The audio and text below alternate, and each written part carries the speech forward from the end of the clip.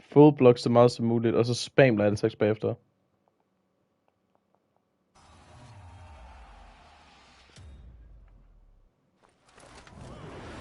Ja. Hendes heavy er ikke særlig gode. Curations. Du er fucking hurtig til gengæld, og det er røvirriterende. Er det? Han har patter, bare lige. Så hvad med du stopper dig selv der? Det har han på noget af et af sine outfits med os.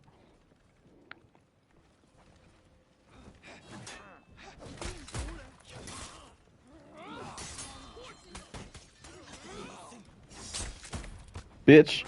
Oh shit, det der attack, der gjorde 15 damage.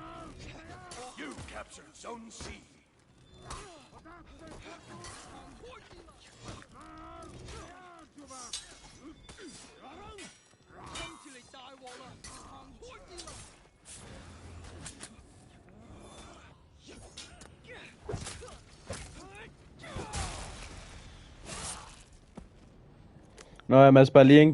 Du kan combo, når du laver, hvis du rammer et light attack eller heavy attack først, så kan du combo det ind i det der full block der. Virkelig hurtigt.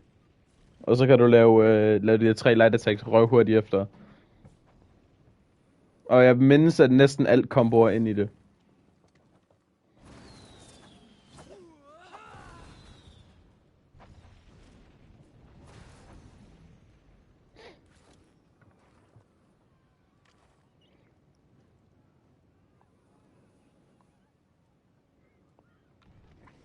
Men Daniel, du ved, For Honor, det er sådan et sværspil, ikke også?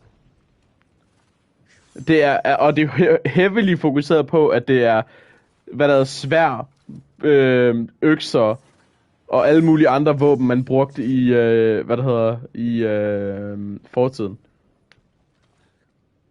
Og nu er det udgivet en karakter, der har en pistol. I et sværspil. Jo, det var også det, jeg fucking tænkte. Hun er ret broken, for hun kan bare blive ved med at skyde folk.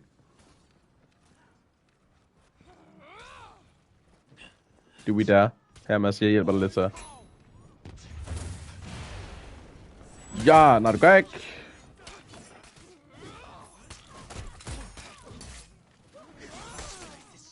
Hun fucking... Det der heavy, hun laver der, ikke? Er overdrevet hurtigt. Nej, det hvad der er Peacekeeper laver. Den eneste grund til, at jeg ikke fik killet der, Mads, var på grund af, at hun lavede lidt heavy på mig, sådan som mit attack blev cancelled.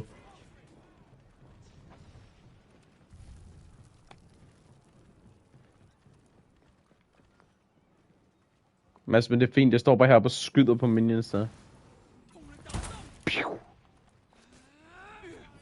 Armor piercing slug. 10 damage.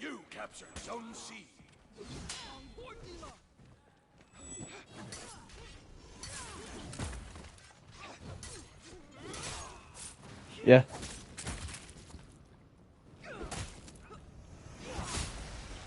Jeg mindes dog, der er et eller andet attack, du ikke kan gøre det efter.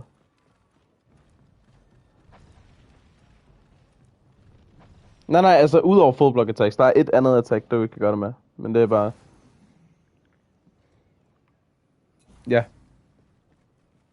Tror jeg.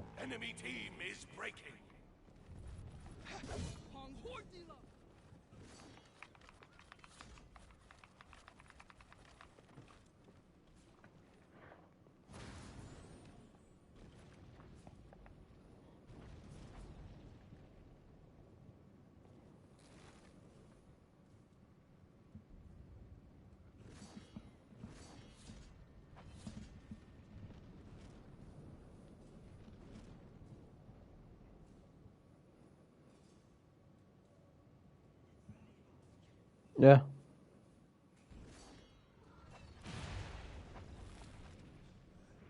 Ja, men så kan du jo ikke stoppe efter 2,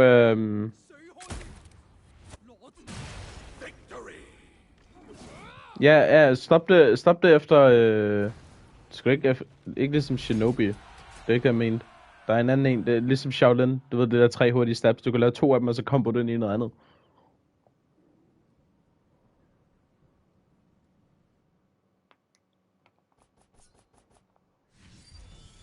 Ja. Jeg fik et nyt Sword Hilt.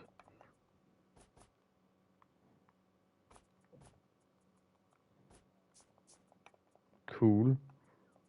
Nå, jeg ændrer lige hurtigt min hudfarve igen, så skal tilbage til mindre sort. Det lød virkelig fuck, det gør. Ja. Ja. Fordi jeg er racist, Mads. I'm racist. Åh, shit. Hej, far. Har de lange rør? Åh, ja.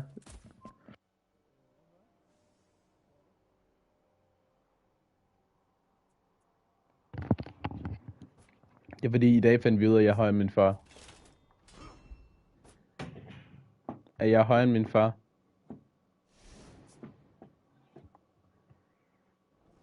Nu, fordi at han er ret så høj selv.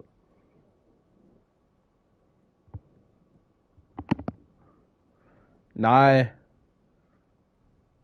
Fordi lang tid har jeg bare været omkring hovedhøjde, ligesom for ham. Fordi jeg nok skruet lidt ned med, hvor meget jeg vokser. Men nu er jeg højere end ham. Mm. 1,85 må det så være. Det er ikke, jeg er ikke så høj, desværre. Men jeg er over 6 fod, så det er alt, der skal bruge dagen. Det var alt, hvad jeg skulle bruge. Hvis jeg tog til USA, så ville jeg lige pludselig have en mulighed for at date nogen, fordi jeg er over 6 fod. Udelukkende, fordi jeg er over 6 fod.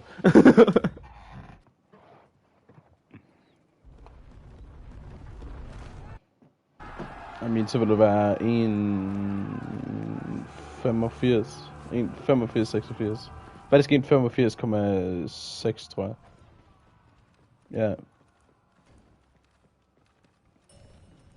Jeg ved ikke specifikt, hvor høj jeg er, men min far han er 1,84, og jeg er 1 cm højere end ham, har vi fundet ud af nu. Så vi er cirka 1 cm højere end ham, så jeg er i hvert fald 1,85.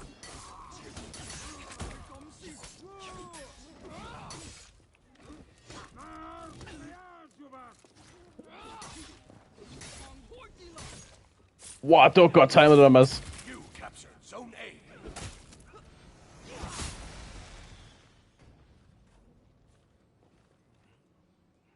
Dan, ser du med? Men altså, det er ikke dig, der går ind i min stream, for der er ingen eller anden, der går ind i min stream. For jeg har fået en eller anden viewer.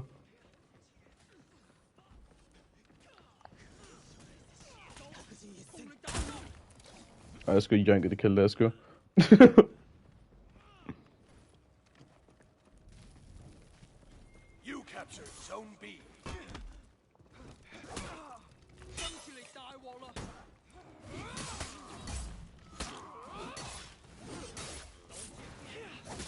Fuck langt væk med dig, Stanhu. Luder, mand. Det er midten.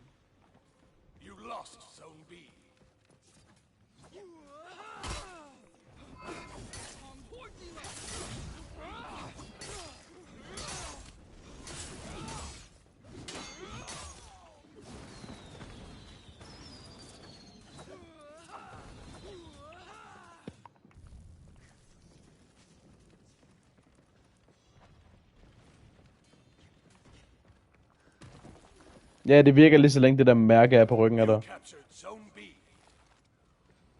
Nej, det virker lige så længe det mærke er på ryggen af dig, der forsvinder sådan nu. Du har Galestrom eller sådan noget, når du starter på ham. Ja.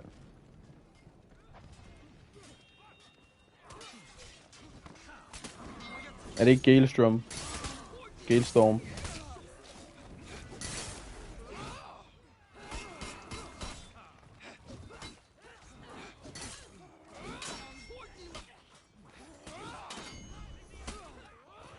Jeg har ikke fået lov til at lave det der attack 4 gange nu, på grund af enten vores mate, eller på grund af den der fucking bot der står mig i ryggen.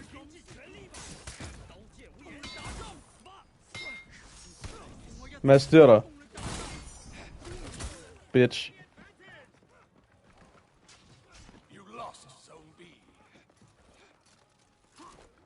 What? Hold up. Så du vil ikke hjælpe os? Ja, Mads, du dippede fra mig, du kunne redde mig. Mads, det kan du jo ikke cancel det der attack der. Ind i Gabriel.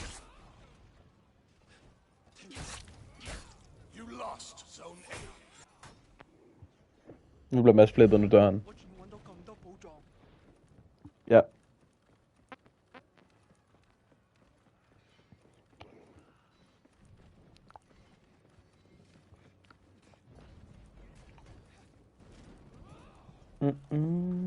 Nå, okay.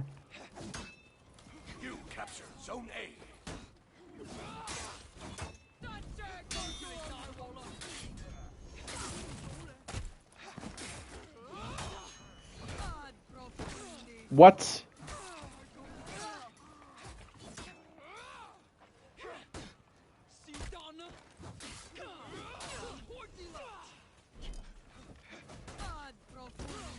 Ad profundis.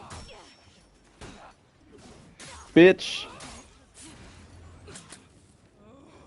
Mads, ærligt, jeg synes, de har virkelig misset mange muligheder for at lave den her karakter lidt sjovere. Det der parry counter der, ikke, Mads? Hvis du kunne lave parry counter, så hver eneste gang du parry, så giv dem et skud med pistolen. Det ville være fucking cool. I mean, prøv at, altså hvis Centurion kan få lov til at slå dig i ansigtet 3 gange, fordi han parrier dig, ikke? Som i øvrigt kan med at blive et 30 damage parry counter.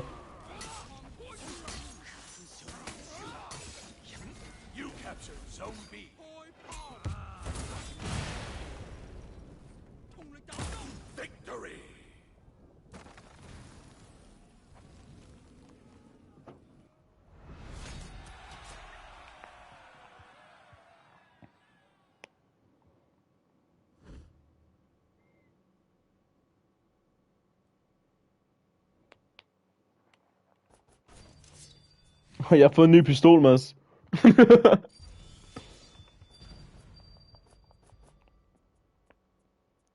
The fuck's the difference? Den jeg har i forvejen ser sej ud.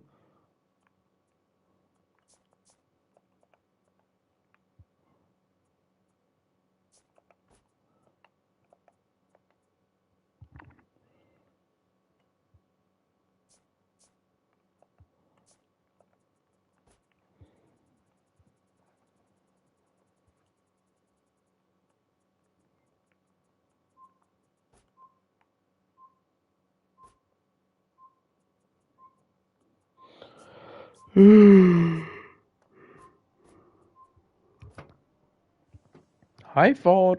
Jeg tror lige efter den her går lige ud og laver nogle nudler.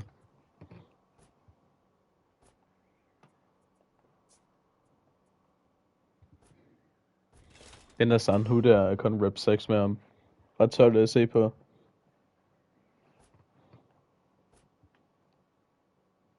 Jeg forventer et rigtig højt level. Bare med at gile NFG Joker. Fordi en popper XP boost, som var en sweat.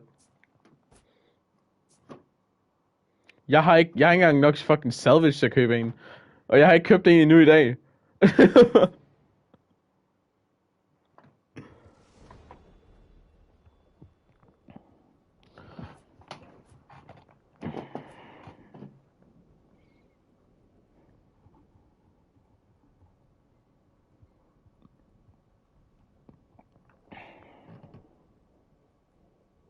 Nå, men jeg har ikke, jeg har champion status de næste 7 dage på grund af den der. Det er teknisk set nok tid til at gå i rep, i hvert fald rep farm med karakteren.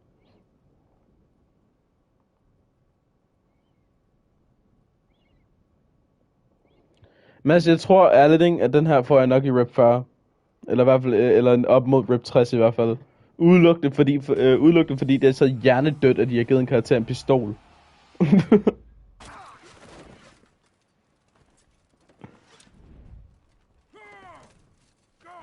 Fuck, de er grimme nu.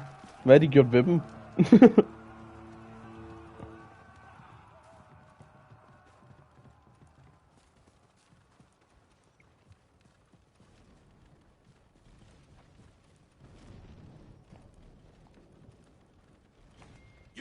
Kom, Mads. Vi skal op af. Det er fordi Simon skal komme.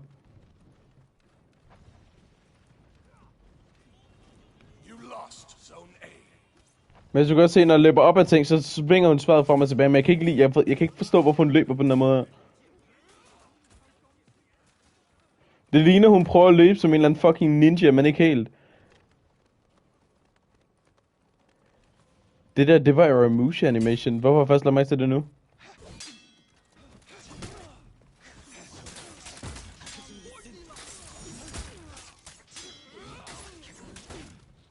Ja, Mads, mop ham.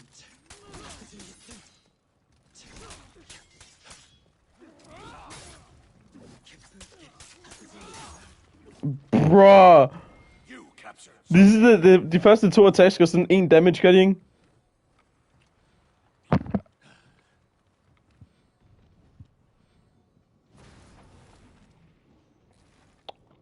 Den har vi ikke glemt på streamen, så du kan se, hvad vi laver.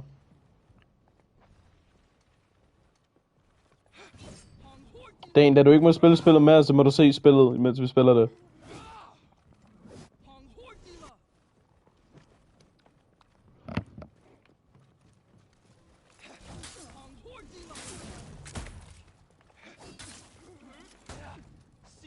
Bitch.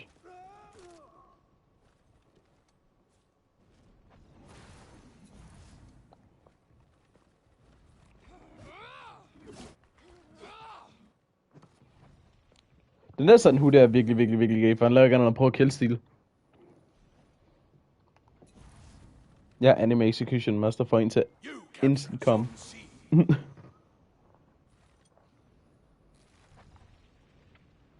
Jeg skød lige ham her ned i stigen, da han prøver at gå op på den.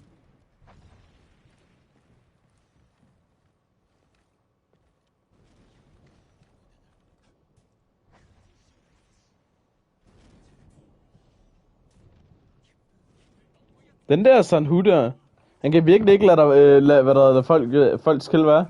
Han kan ikke? Skal lige dræbe Maiden? Jeg dræber lige Maiden. 2 sekunder. Nå, okay, han løb ned igen. Han fortrød push. Yeet!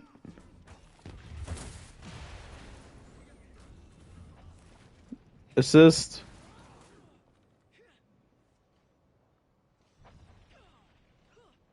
Jeg dræber Maiden, hvis han løber op. Det gør han ikke, fuck. Den næste person, der rykker op af den næste her, Mads, de får med pistolen, de gør.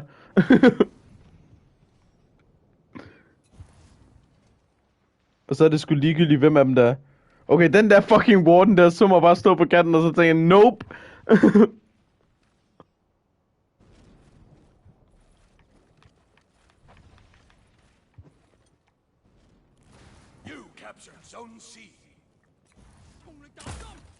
Ah, shit, jeg missede det stadig gang.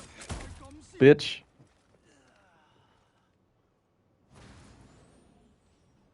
Nej, men du kan superior block.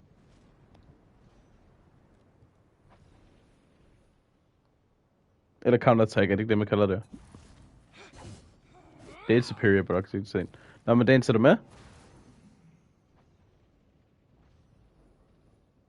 Så er du lukket ud af streamen igen. Er du gay? Det kan du da i hvert fald. Det gør jeg sgu da hele tiden, når jeg sidder og spiller i Destiny. Så ser jeg Mads spille Dark Souls, mens jeg carry din røv derinde. Så er jeg aldrig fuldt koncentreret om Destiny. Prøv engang at overveje det.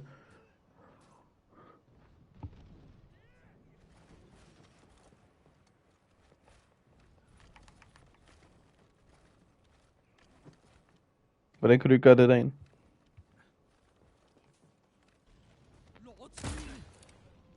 Okay, så basically... Bitch! Hun er en fucking ledge machine, Mads, men hun kan ikke skyde folk ned for stigen, apparently.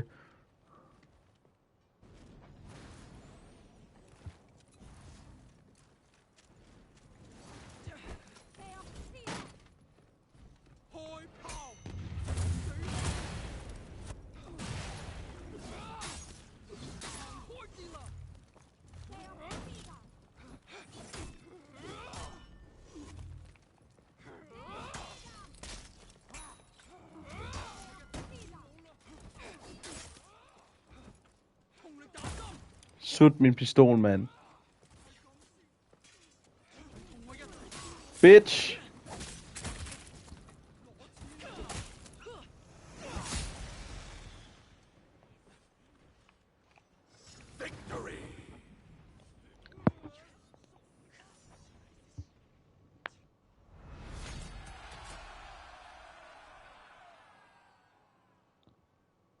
Sheather man lige bladet som en fucking weep, Mads, ha?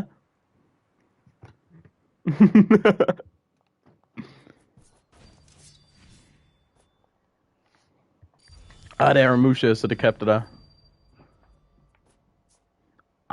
Mads, det kapte der. I mean, det kan han godt. Man så på concept-artet, de overvejede faktisk at lave sådan nogle ting, og bare putte sværdet ned i på ryggen. Jeg er ret sad over, at de ikke gjorde det, men det ved jeg ikke.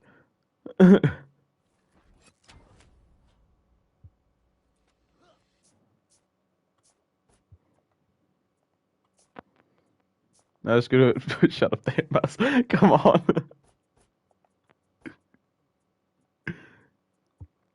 Det værste ikke, du ramte alt for perfekt. Jeg skal lige hurtigt se en gang. Hvad var det? Der var... Der var et eller andet, jeg ville tjekke. Fuck, hvad er det nu?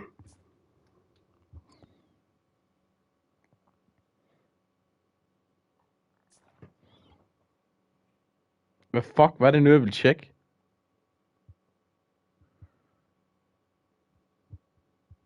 Nå, det er Kyoshin. Jeg er næsten fucking færdig med at bruge Kyoshin, man ser det.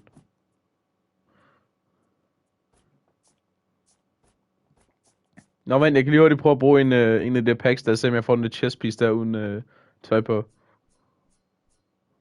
Det gør jeg ikke der.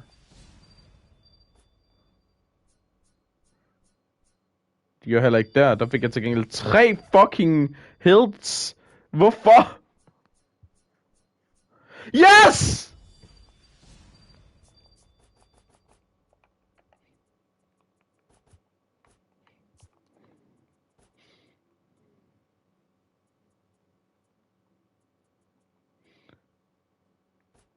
Nå, men det skulle da Tosens farver, det... Hvorfor har jeg ikke tænkt på det?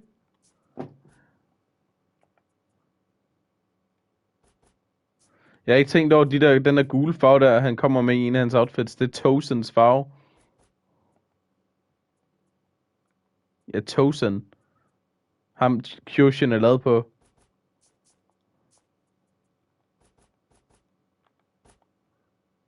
Okay, så Pirate... jeg kan ikke lide navnet på karakteren, der Pirate bare. Anyways, den har Shields Up, Aegis og Devour. Endurance, Survival Instinct, Headhunter og Fresh Focus. Okay, så billedet med til sidste ende kommer til at være fucking Survival Instinct og Fresh Focus. Survival Instinct, when in critical health, gain 25% stamina cost reduction.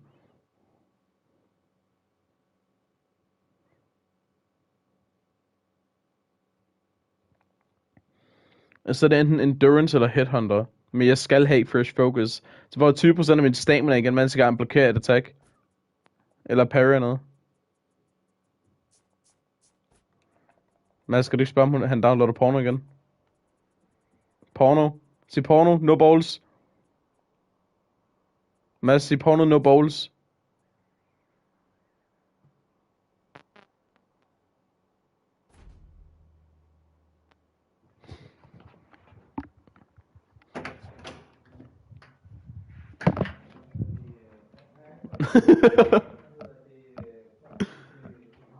Hej. Hvad skal vi til aftensmad i dag? Skal vi have aftensmad og drinks og alt muligt i dag? Hvad? Skulle vi have drinks og alt muligt i dag? Så du gider ikke at lave dem alligevel? Det har jeg aldrig sagt. Nå nej, det skal du i morgen.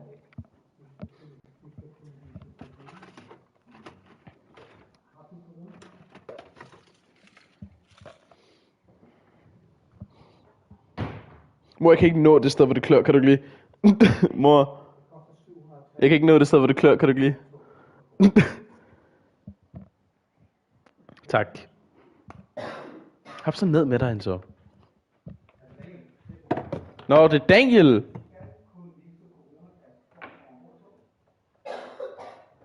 Det kan han godt. Hallo?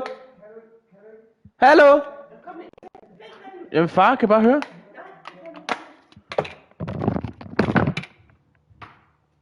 Når man har været syg, så har man... Ja, jeg ved det, men mit er tilbage til hans hold.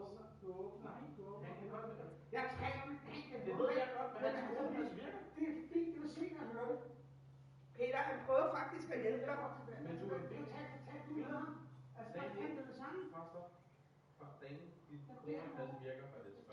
Mit er tilbage. Ja, men kan være med, at så meget op. Hvordan taler han videre sammen? Du er også sur, hvad der sker. Anyways, Daniel, dit coronapas er tilbage, hvor gør det shit. Det er det, jeg gør alt, hvad jeg beder ham om. Men det gør han ikke, Philip. Den gør det nu.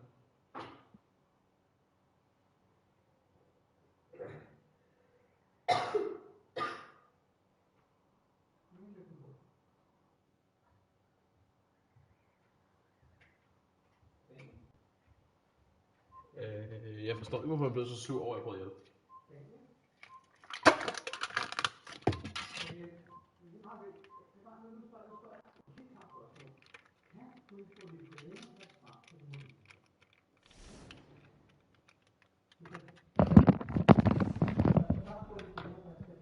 Er vi inde i Gamers?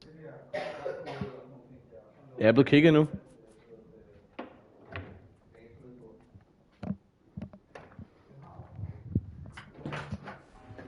Nå, det er nu.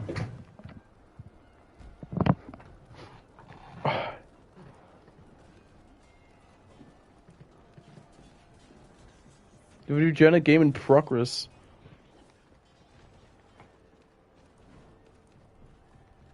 Vores mate spiller fucking Valkyrie. Light spammer med Valkyrie. Mads, hun light spammer med hende. Nå, skal jeg lige høre det? Tak.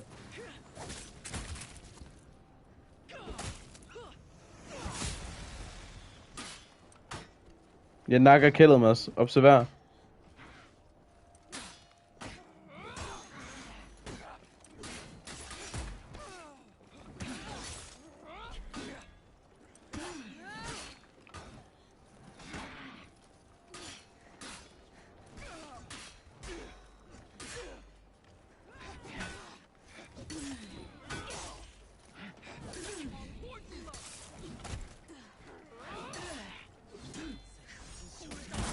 Jeg skulle lige så fucking skyde ham.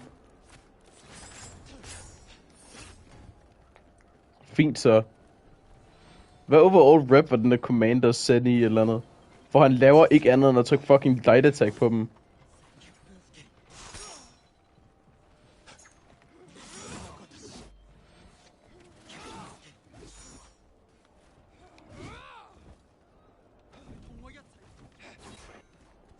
Vent lige. Mads, hun har fucking attack cancel, ligesom Tiandi.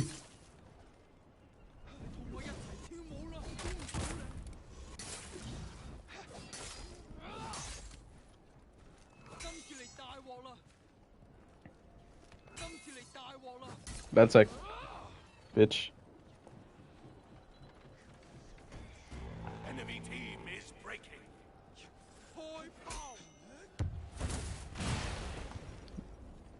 Drab 18 bagved om os. Den ene at der var.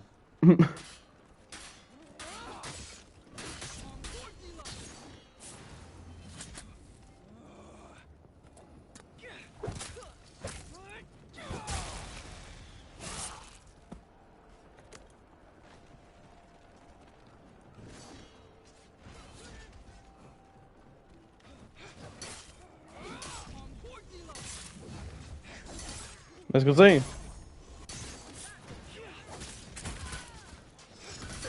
Hvor meget jeg gjorde? Sådan 32. Det var ret meget.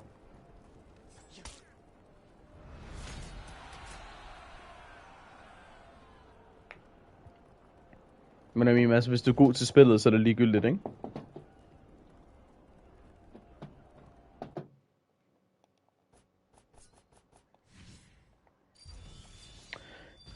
Jeg overvejer lidt at putte Valkyrie på, bare så jeg kan vise ham det, at hey, men Lightspam er ikke på Valkyrie, medmindre man er faggo.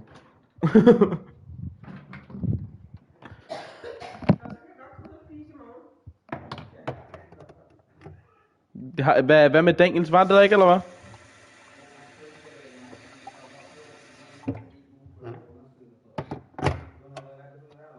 Han gad ikke at gå ind og tjekke. Det er jo ikke... Oh my god. Shut up, bitch. Men altså... Fordi altså, hvis mit virker, så virker Daniels vel også, ikke?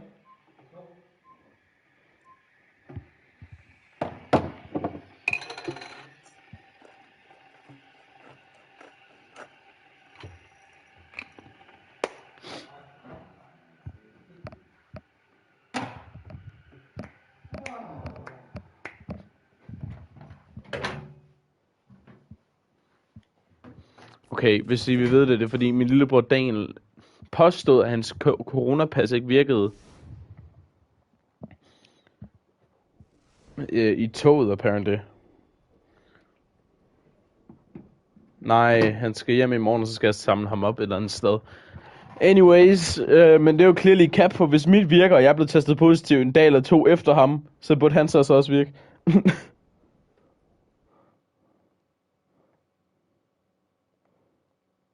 Ja, men altså, vi har stadig inaktiv virus i kroppen.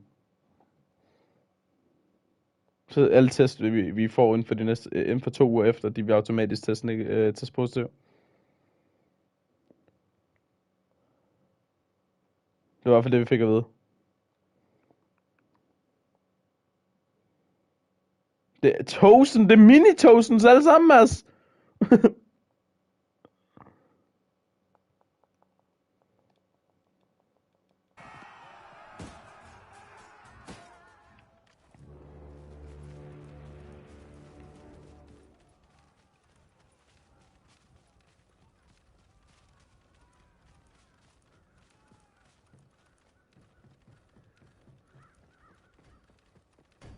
Altså, hvor man kan se hans rigtige arm. Altså ikke det der rustning, men armene.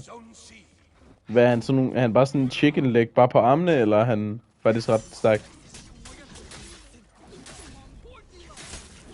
Nå, okay, Mads. Du lod mig ikke finish min combo, din jegner.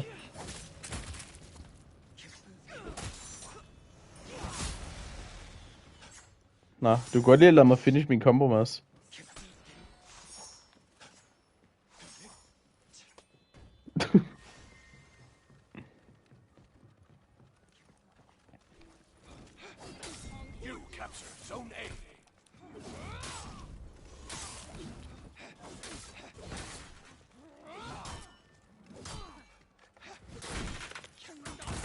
Bitch.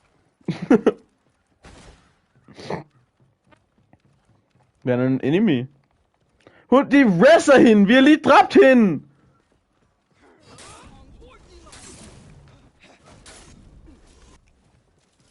Nej, du må ikke. Hvis du gør det, så er din mor en luder.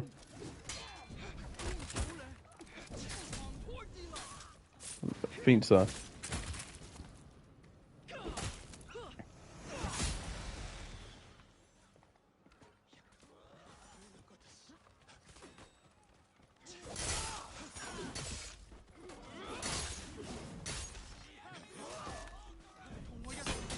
Yoink. Oh my god, mate.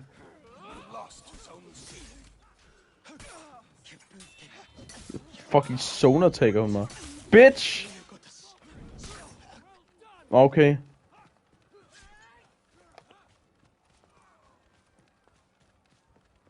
Nå, nu ved jeg, hvorfor vores mate gjorde det. Det var en bot, og så vores teammate kørte ned ind og joinkede pladsen. Så han despawnede.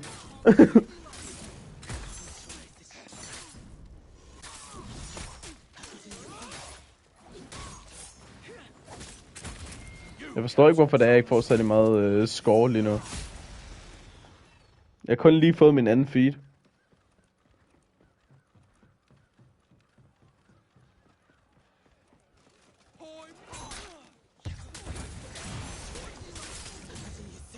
Ja, okay, Mads. Det er fint, ikke? Det er fint alt det der, du gerne vil gøre det der. Hvad? Øj! Åh, shit, du tog skud!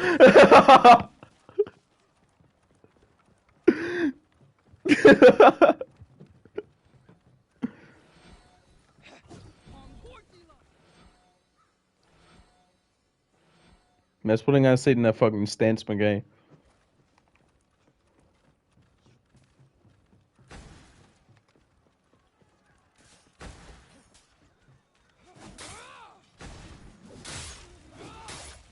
Nå, men Mads, prøv at se. Ja, man kan. Nå, Mads, prøv at se stansen.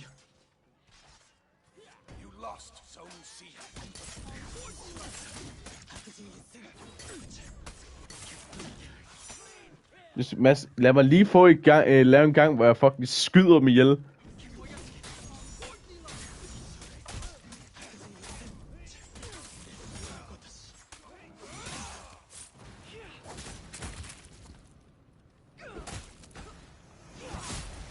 Jeg kan ikke forstå, at vi ikke får mindre skov af at fucking farme dem på den måde der, som vi gør.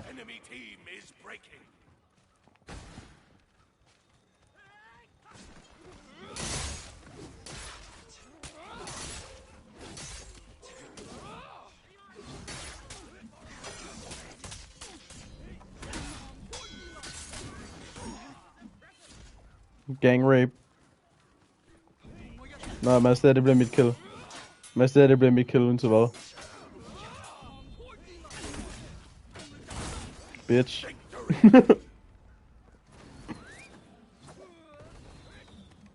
Joink, ses Mads. Mads, jeg er en pirat. Det er ikke for intet, jeg er en pirat, vel?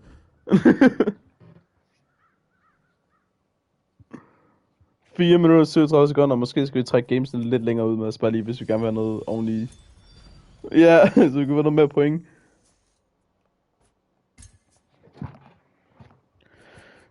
Jeg henter lige mine noodles. Hej, Enzo. Ske nu. Og I er jo bare med. Linus? Skal du ikke spille For Honor med mig, Mads? Jamen, det har du teknisk set, fordi du har mine spil, og mine spil er jo teknisk set dine spil. Ergo, du kan spille For Honor, og så... Jeg vil gerne spille Shinobi, jeg skal bare danse lidt. Skal du spille Shinobi, men du vil gerne danse lidt? Ja, jeg vil gerne spille Shinobi, når jeg skal spille med jer, men jeg skal også først downloade. Er du sikker på, at du har 10.000... Jeg sætter lige spillet i gang med at downloade, så...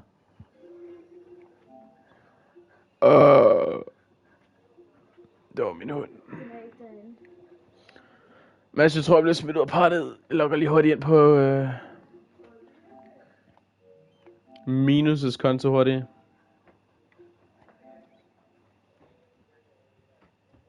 Okay, det ændrer sig ikke en skid, kan jeg så konstatere.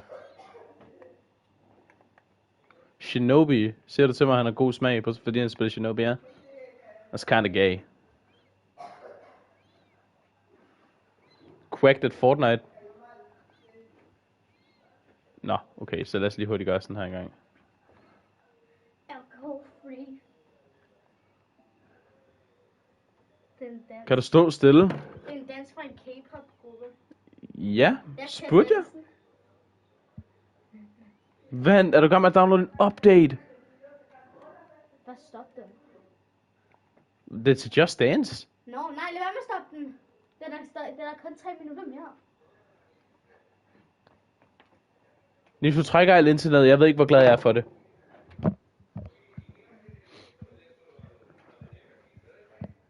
Ske nu. Hvor er det jo bare mig. Hils lige.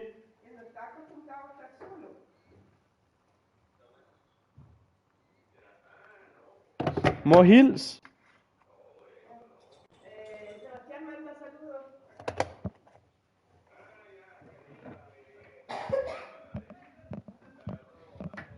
Cares.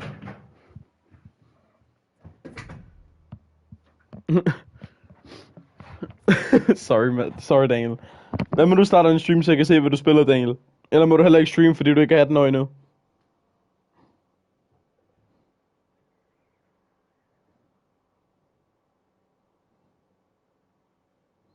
Daniel, det her skal du have noget at gøre med, at du ikke må spille For Honor, fordi du er 17.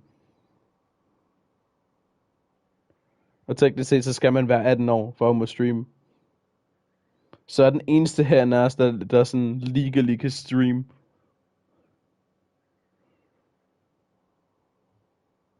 Treasure, I'm coming. Let's use the water to eliminate the lava first. Oh, yeah. Orc, don't get in my way. Hey, hey! Wow. Treasure's down. Watch me. Oh, no. I forgot about the... Level 13. Hvorfor får du så meget hurtigere level end mig? Det er jeg også.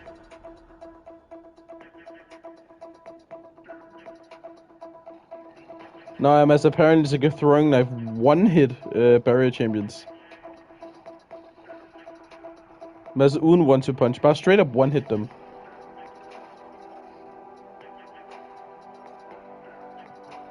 Ikke nogen damage buff eller noget. Han har strengthened...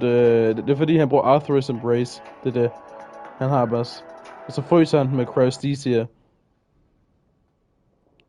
Hvem? Nej, det her Arthur's Embrace. Ja, de hedder Arthur's Embrace.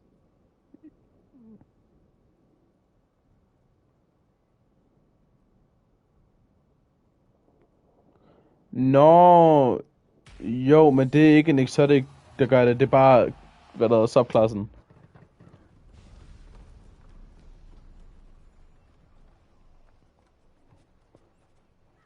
Nå, ja, men exoticen selv hedder Arthur's Embrace. Det er den der ene exotic ud over Assassin's Cowl, jeg ikke har til Hunter. Fordi jeg gider ikke at lade Shadowkeep på Hunter. Thank you very much.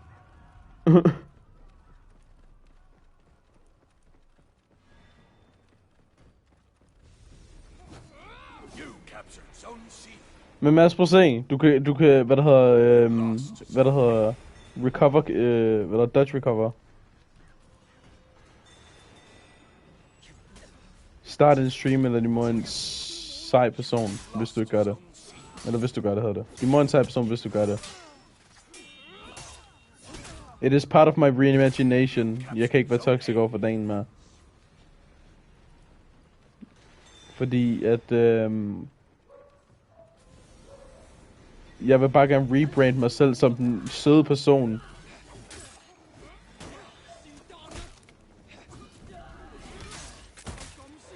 Kan du lade være med at gøre det, når nu har du fået dit hit, Mads? Fuck langt væk. Okay, du må gerne lige guardbreak ham. Mads, du må gerne lige guardbreak ham. Ah! What? What? Nej, come on! Nej, jeg kommer. Ha! Bitch! Det der skud der, det gjorde 14 damage. Det er ret meget, Mads. Bare lige.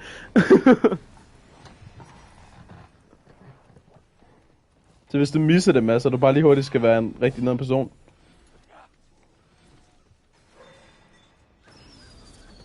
Og jeg skal jo dræbe ham der.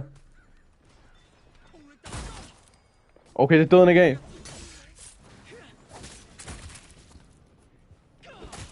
Jeg mangler kun 223. Mads. Steel.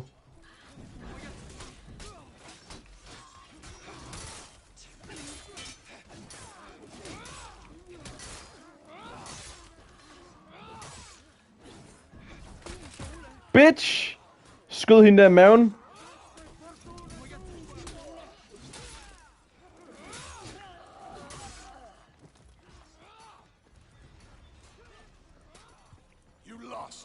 Mads, du kan lave infinite dodge attacks på hende her. Fordi hun kan recover, hvad der hedder, ting der med den, Mads. Fuck ham. In other words, he a faggo. Yeet.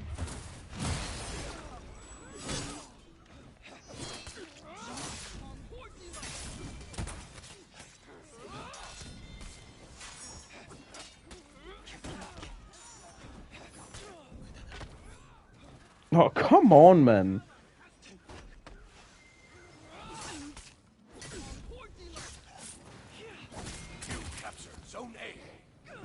Det der, jeg lige lavede der ikke, Mads, det er jo et max punish. 52 damage. Du kan ikke lave et større max punish på en. Overhovedet. Nej, det er på flere attacks. I Young Believers Mage Kill. Alle kills er faktisk.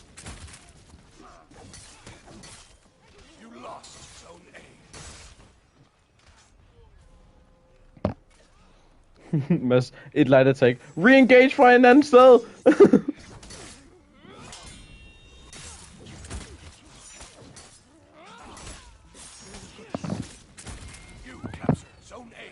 Vent, kan jeg stoppe mig selv i den execution? Prøv at lave emoten, Mads, hurtigt!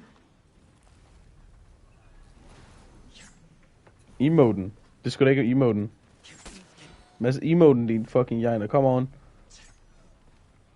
Don't be the gay. Do the emote. Hvad, har jeg muted mig selv, eller ignorerer du det bare?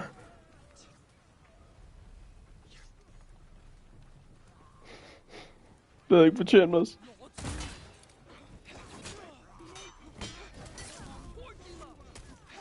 Prøv at se det der, Mads. Kæft, fucked. Hun prøver lige.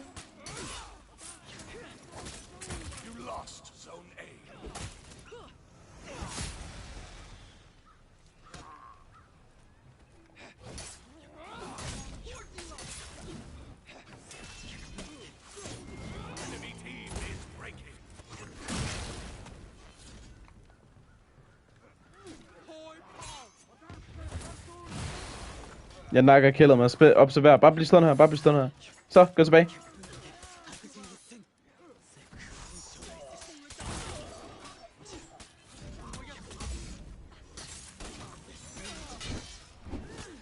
Det er virkelig meget damage, du kan gøre på den der ene attack der. Jeg ved ikke, hvorfor det er så voldsomt. Det der.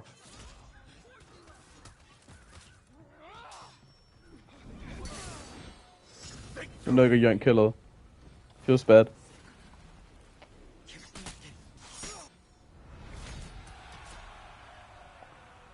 Ah, 3 skud.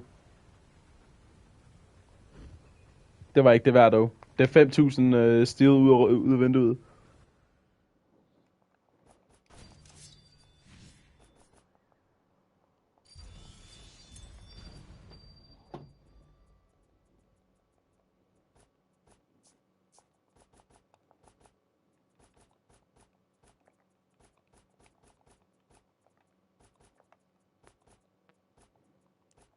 Shiver me timbers, Mads.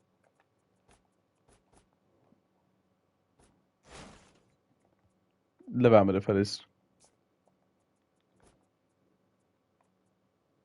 Hvad fuck?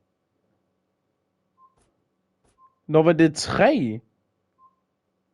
Du kan gøre sådan, så det jern, som hvad der Griffin har på, kan blive til fucking 3. Det ved jeg, Centurion outfittet på Griffin, ikke? Ja, og der er en af presets til det, der hedder fucking Firewood, hvilket legit gør jernet til 3. Ja. Mads, brug lige en XP boost. Så er det cool. Come on, du sagde ikke, du havde 16. Come on, Mads, kan du bare... Tak. Nej. Jeg er stadig ikke sorte på herovre. Jeg har ikke fået den der hat endnu. Jeg har kun fået den her hjelm, Mads. Overhovedet. I 9 levels.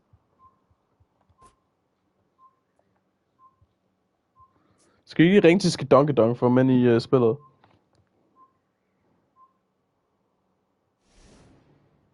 That's not very nice.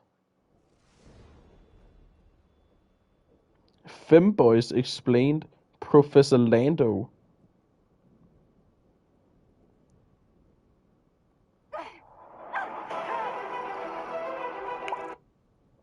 What are we talking about today? Femboys. Colloquially, might be called fembology. I think technically speaking is femboyology. Again, colloquially as femboys with an I. In terms of pronunciation, I think we are talking about femboys. As most of our definitions do.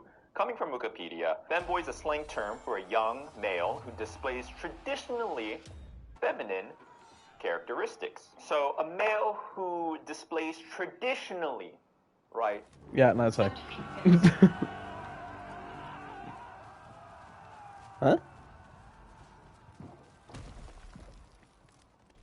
Nej.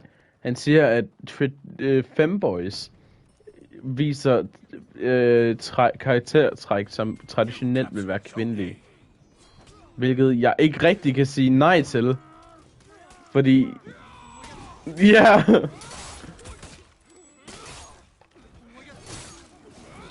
Vi er i gang med at trippelgange en person med os. Jeg kommer nu!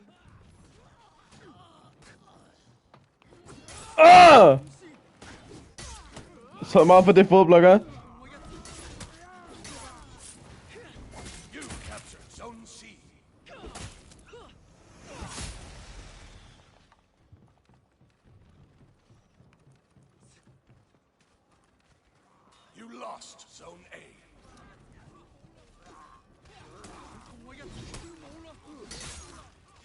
Yoink, tak for killet.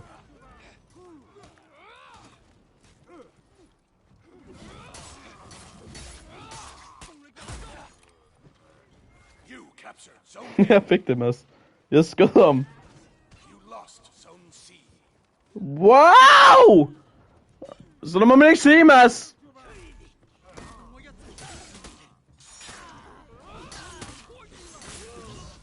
Hvordan fuck fik du killet?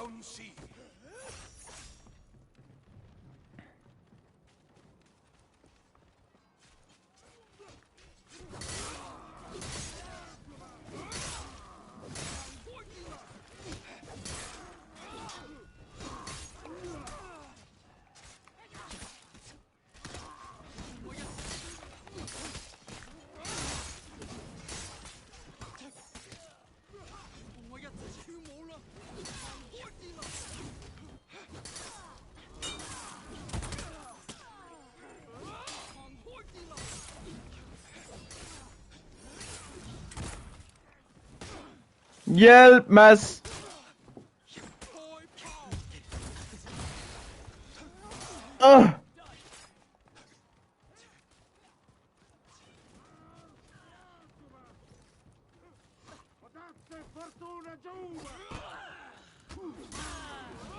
Yoink, tak for killet. Han skubbede hende, og så slog jeg hende, inden hun faldt ned.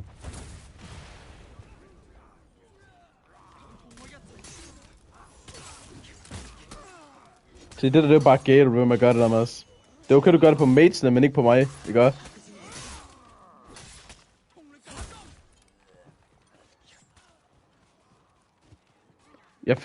Jeg fik en ny pistolfeed af at skyde på hende der.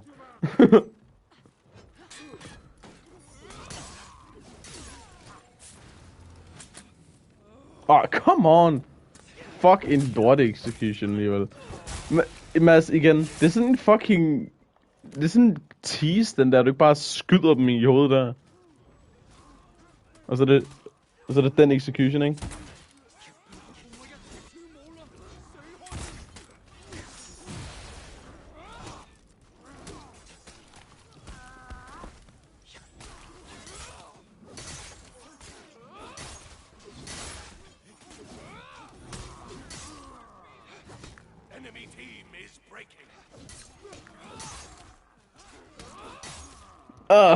Den der lyd der.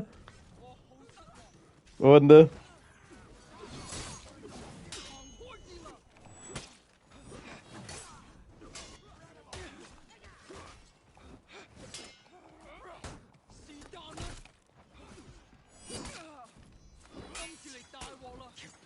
Mads, jeg mobber ham ud af mappet. Prøv at se der. Mads. Mads, du er fucking... Mads.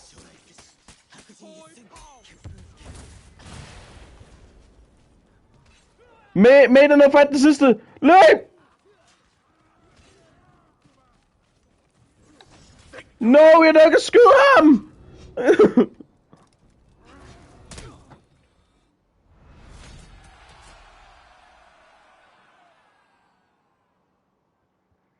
Mads, prøv at høre, det her det er ikke Destiny. Det er ikke okay at gange i det. Du bliver simpelthen nødt til at lade være med at gøre det. Jeg fik en ny hjelm, men det er den hjelm, man starter med, så der er no fucking way, jeg putter den på. Fik du den også?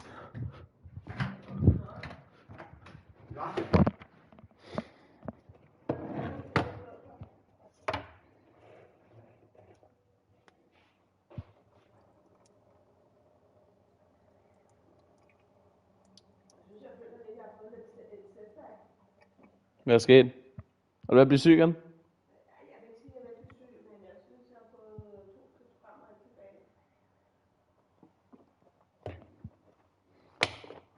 Det er jo ikke så godt, mor.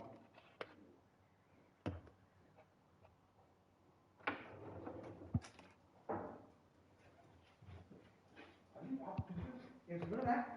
Du er sindssygt, jeg vil du her på ringen. Det er ikke okay? Nej, det er ikke okay. Ja, Hvad gør du? ikke noget. Det er mig, der tager det, kammerat. Og min, han hørte lyd, indtil det var irriterende. Det var det. Ja, det er klart.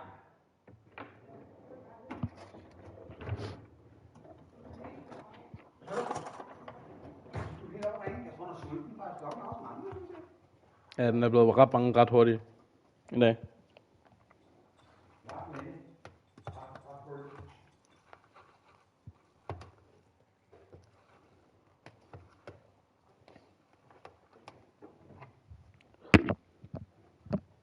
Okay, den er lige lavet på en halv time. Mangler kun 5 games mere eller sådan noget, så er jeg råd til den der med os. Den der side execution. Hvem man skal købe den der, hvor hun skyder virkelig mange skud på en eller anden?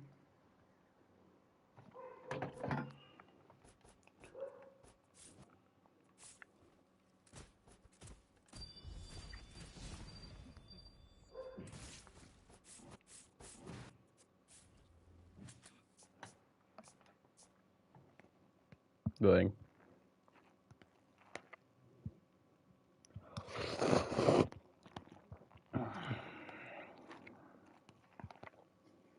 Er dagen her overhovedet?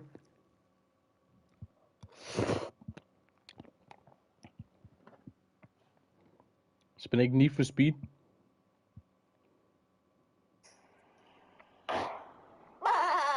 No, you sick. Whoa, buddy, I don't look like that. No, OnlyFans?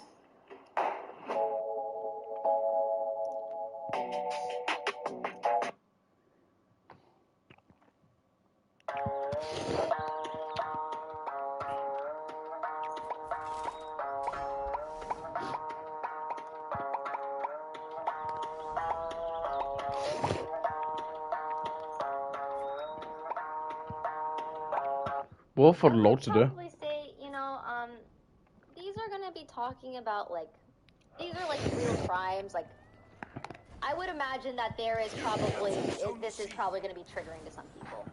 I would assume that this is gonna be triggering, for sure.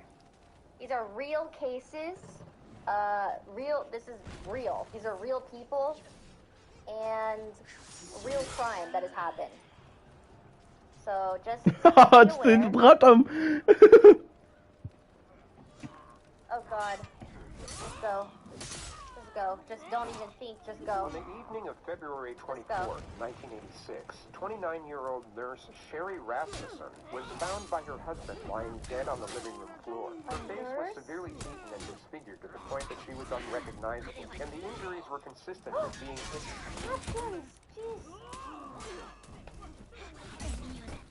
Jeg bliver fucking mobbet. Jeg bliver mobbet. Lad nu være. 29-year-old nurse Sherry Rasmussen was found by her husband lying dead on the living room floor. Her face was severely Michelle. disfigured to the point that Michelle. she was unrecognizable, and the injuries were consistent with being hit with a muzzle and butt blade of a gun. She also had 3 gunshot wounds to the chest that were disclosed as the official cause of death, with the medical examiner asserting that any... Nå, det er sgu da ikke den, jeg snakker om. Der var en fucking Hitakiri på min røv lige før. During the autopsy was that most of Sherry's injuries were inflicted upon her after she was killed, which was concluded due to the lack of hemorrhaging and inflammation of the injuries. This included most of the victim's facial Vent! injuries, and even a Det vidste jeg ikke, jeg kunne gøre! Jeg kunne permachain unblockables, Mads.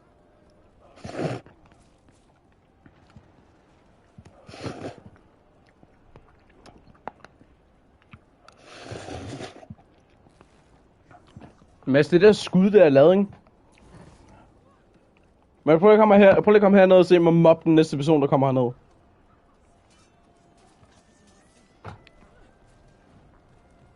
Prøv at observere, lad mig lige hurtigt vise dig det, Mads, hvad jeg kan gøre.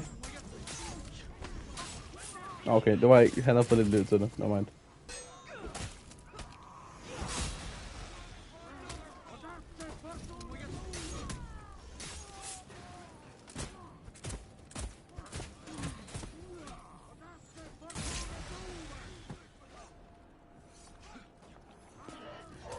Det spil er så urealistisk, Mads. Den der execution der, ikke? Det er en flintlock, jeg bruger. Mads, skal du lige hurtigt se, hvad jeg mener?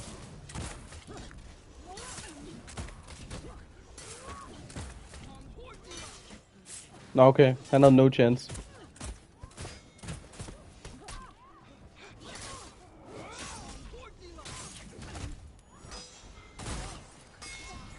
Vent, hvorfor kræver det stamina at skyde med den her pistol? Nej, Mads, det var en feeden.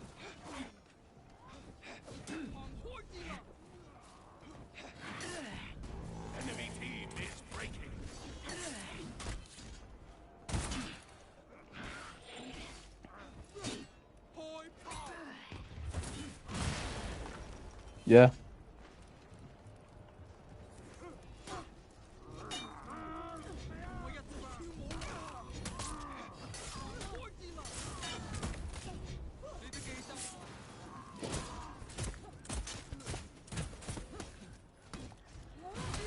Okay, Maiden døde. Og så blev jeg insta-killet ham der, han døde til. Fordi jeg var i gang med at execute og havde lidt liv.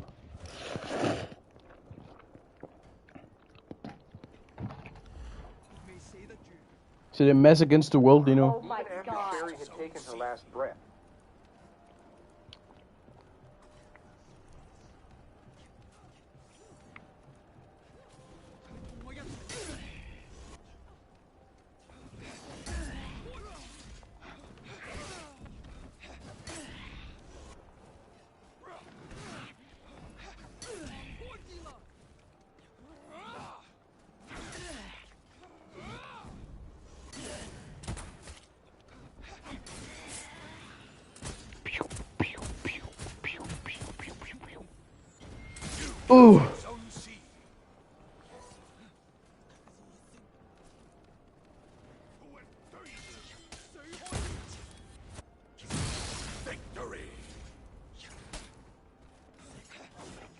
Er du ikke død i den eksplosion der? Det er lidt overraskende.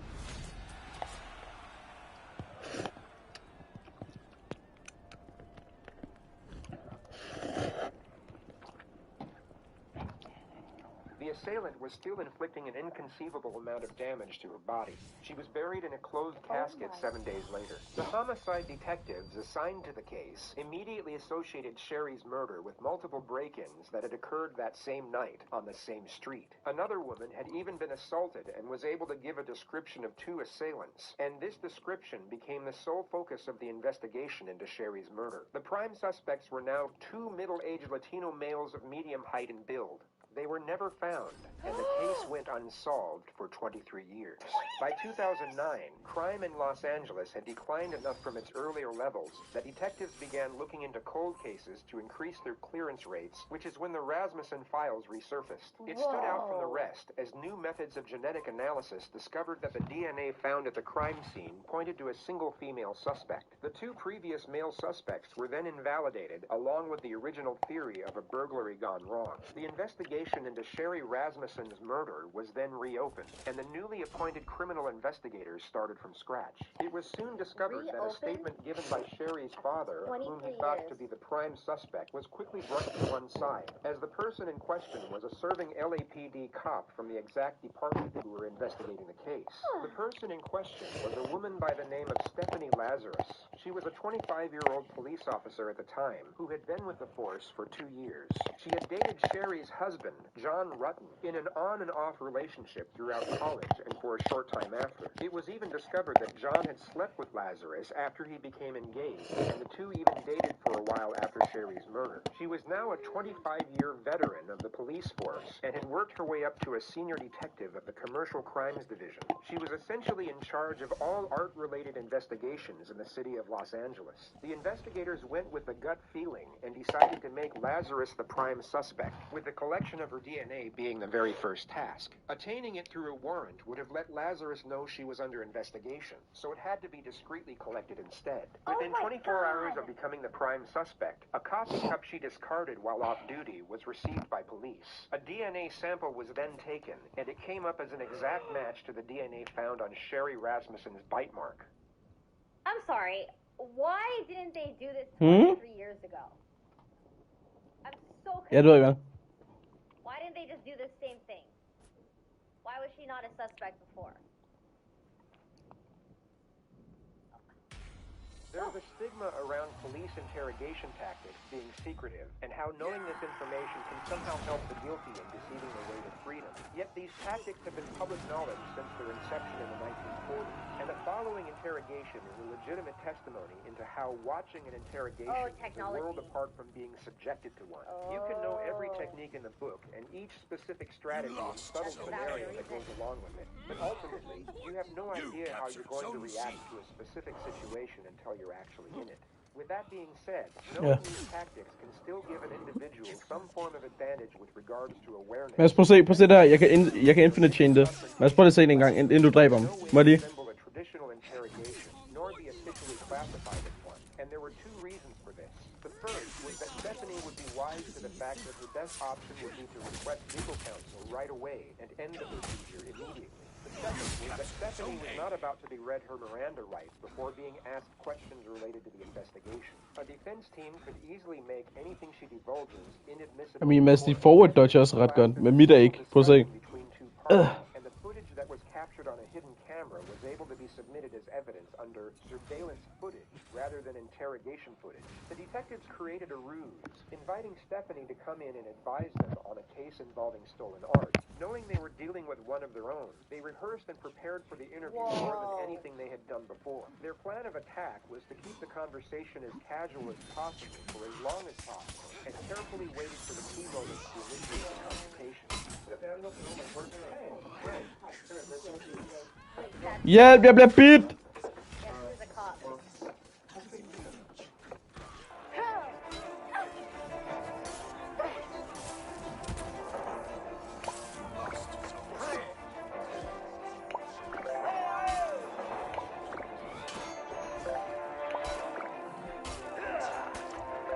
Tak. Jeg havde ikke klaret den der. Mads, jeg skyder ham. Mads, jeg skyder ham. Lad være. Don't do it. Yoink. The first thing the detectives do is set up a compatible tone with the suspect. He has just stepped foot inside an interrogation room, and the detectives negate the negative implications of such an environment through a friendly disposition. Consultative meetings, such as seeking advice over an art fest, can take place anywhere, and the last place detectives would choose to spend more time in would be an interrogation room. The reason they give the suspect for meeting in such an unusual location is to not spread rumors or innuendo. Yet the real reason is that all firearms have to be checked in before entering the area, and they needed the suspect to give up her gun without alerting suspicion. But as we're talking about the invasion, we're going to find a case that we've been looking at. Okay, it's a new case, and reviewing the case, there's some notes that the Forrest Grenade mentioned. Try and imagine for one moment that you savagely murdered a love rival in a jealous rage. Over 2 decades have passed since the act. Then all of a sudden, you're brought to an interrogation room and sat directly opposite 2 senior investigators who bring up the name of the man you committed first-degree homicide for.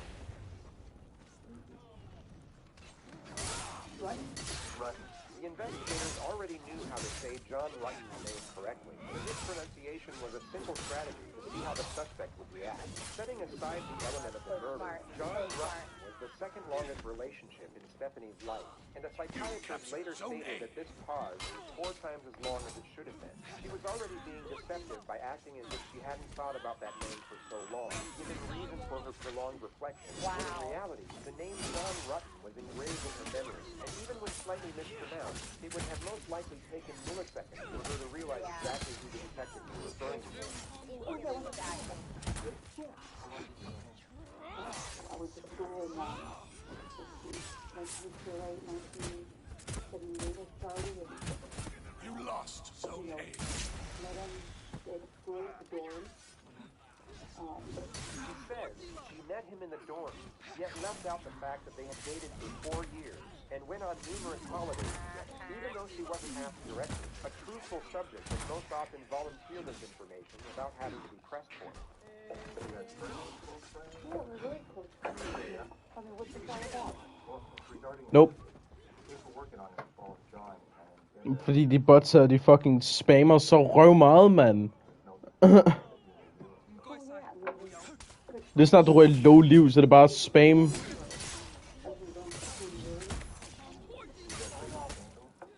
Mads, du stoppede min combo. Du stoppede min fucking combo, mand. Og så tager du mit kill. Hvor respektløs kan du lige være? Hold din kæft. Det gjorde du bare overhovedet ikke. Nej, det fucking gjorde ikke. What do you mean? It's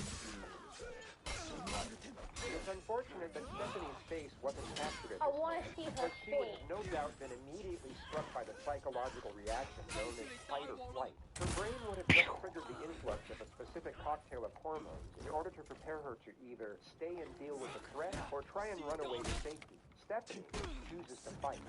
Kommer jeg død nu. Jeg har ingen throw distance overhovedet, fandt jeg så ud af.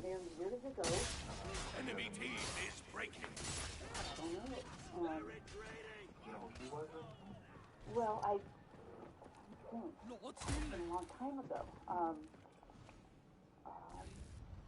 I may have met her. The words gosh, God, gee are exclamatory remarks used to express surprise or strong emotion. You will see them used continuously throughout this interrogation, which is the suspect trying to insinuate a vague memory due to a lack of contemplation on the subject matter. She's trying to emit the impression that she would have had no reason to give any further thought to John or anything related to John since they stopped seeing each other over 2 decades ago. No. Golly.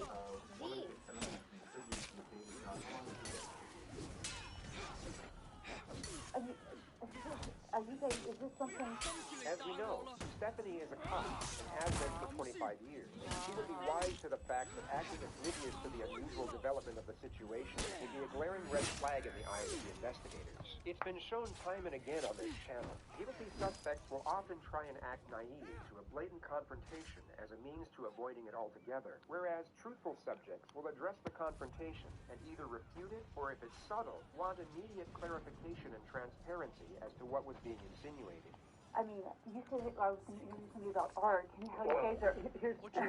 I mean, Stephanie, here's the situation. It's basically Heavy breathing. we knew that this when we saw this in the maybe there was some relationship there. That's what the Chronos indicated. The detective now subtly avoids the question altogether, but instead offers a deceptively reassuring response to the suspect. He makes a very sharp switch from the investigative subject matter to the previous topic of work. Kills din little hoe. Her focus back to the false perception of them being on her side.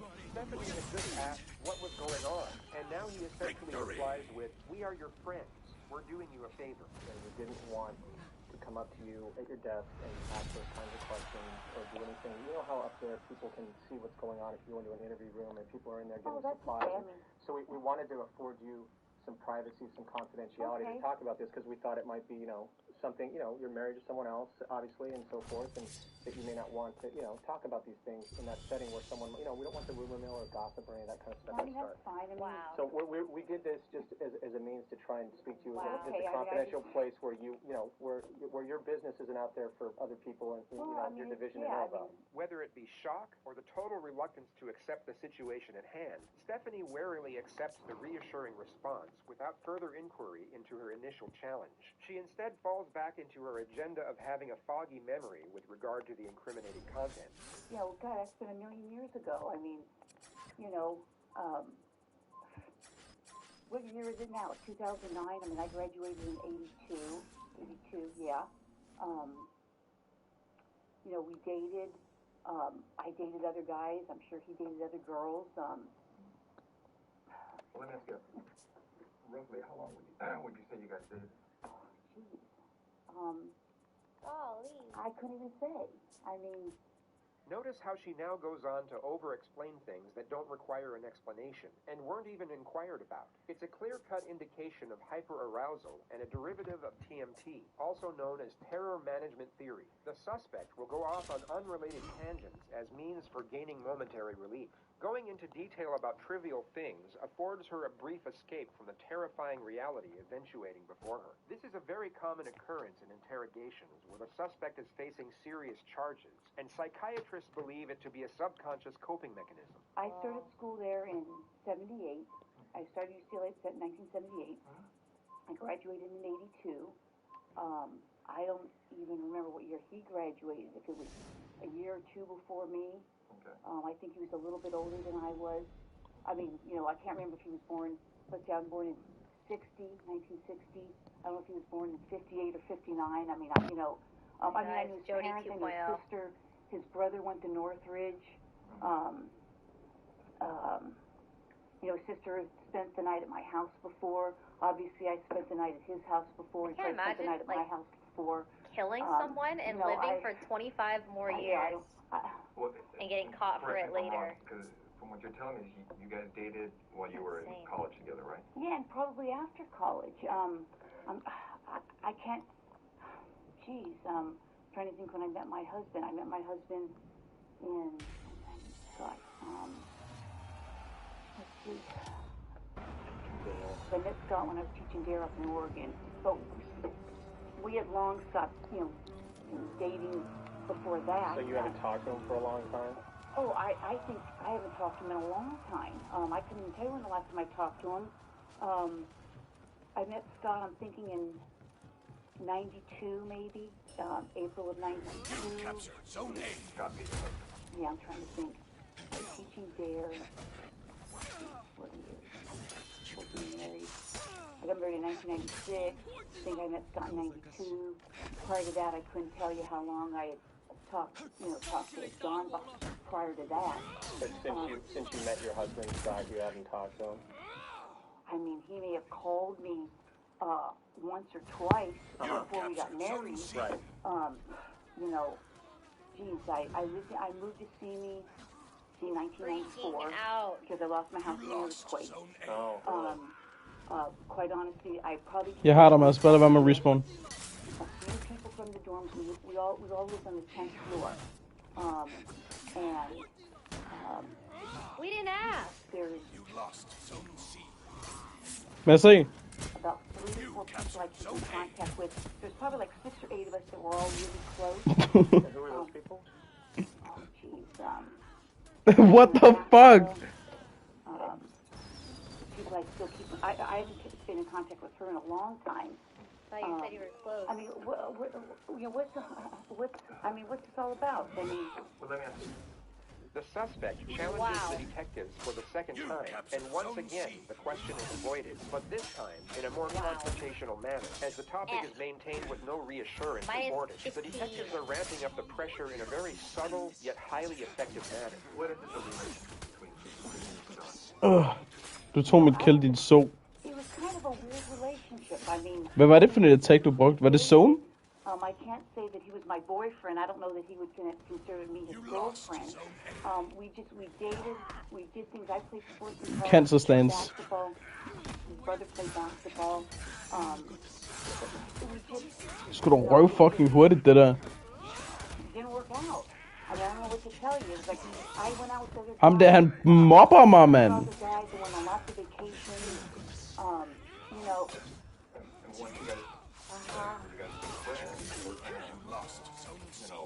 I mean, friendly, not friendly. No, I don't think it was not friendly. I mean, we were friendly. I know that we went to Hawaii. Yeah. At one point. Yeah, I mean, you know. Freaking out. Nå, det ser bare meget hurtigt ud dernede. 2009 now. Had you ever met his wife? Det var så hurtigt der. I may Det var have. så hurtigt der, det var dernede nemlig. Det ramte dig med dit heavy. For what she did for a living, or where she worked, or anything about her? The suspect was just asked 3 consecutive questions relating to the victim. She was supposedly in a reflective state during all 3 of the questions, yet her facial expression completely changed for the 3rd one. This is because she was pretending to be in a state of reflection for the first 2 questions, as she already knew the answers, whereas for the 3rd question, she actually was in a state of reflection and was genuinely searching her memory for the correct response. That's so trippy. I may have. Do you remember her name or anything, or? You captured Zone C. The 3rd question is about to be posed, and her focus is about to switch from pretending to be thinking to actually thinking. For what she did for a living, or where she worked, or anything about her? Well, I think I'm going to say I think she was a nurse. Read like a book. Said he met her. I mean, I mean, it's been so long ago. Well, let me ask you, did you go to their wedding, you know? No, I didn't go to their wedding. No, I did not go to their wedding. I didn't tell you what year he got married. I mean, you know, it's been a million years ago. You know, again, I mean, what, you know, I don't understand why you're talking about some guy dated a million years ago. Well, do you know what happened to his wife? Yeah, I know she got killed. You wouldn't need to be an expert in body language to recognize the unmitigated terror emanating from the suspect's face at this moment. She had just verbalized the victim's tragic demise for the first time in most likely over 2 decades. What did you hear about that? I saw a poster at work. I'm sure I spoke to him about it.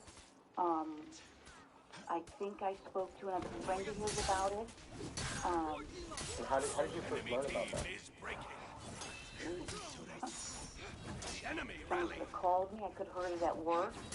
I think at one point there may have been a flyer or something. I know a good friend of his. Were you on the job back then when that happened?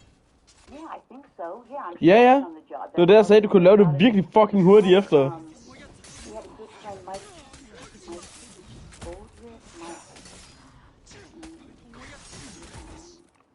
Den der fucking sol der, Hisu der, ikke? Grib den her, din luder.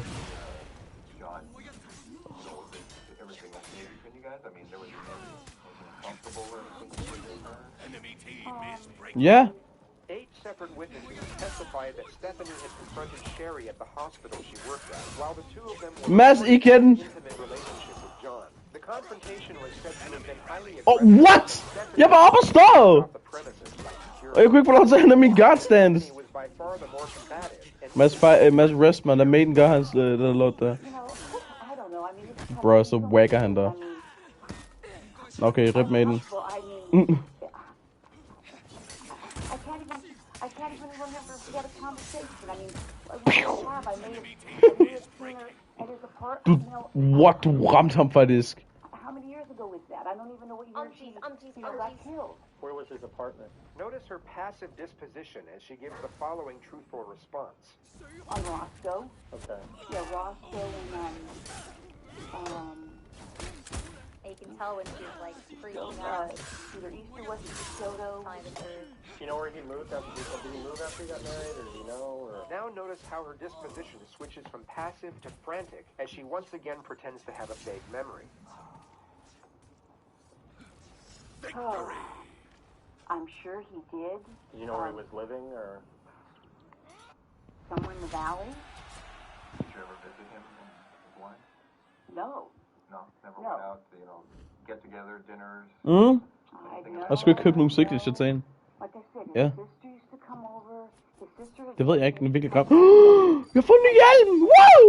His brother played basketball at Northridge. In fact, I was just coming across some pictures that I just scanned from Så Mads, nu har jeg fået... like 10,000. And I just did a service where I scanned everything.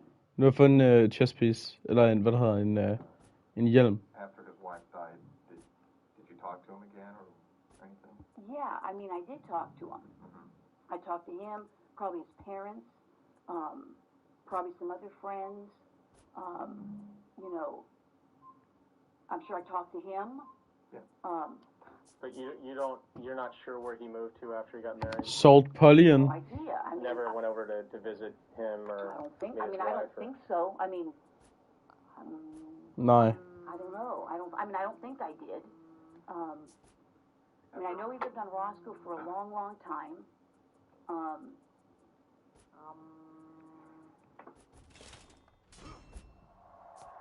Ah shit, jeg glemte at skifte den første feed tilbage til den, hvor jeg skyder en eller anden.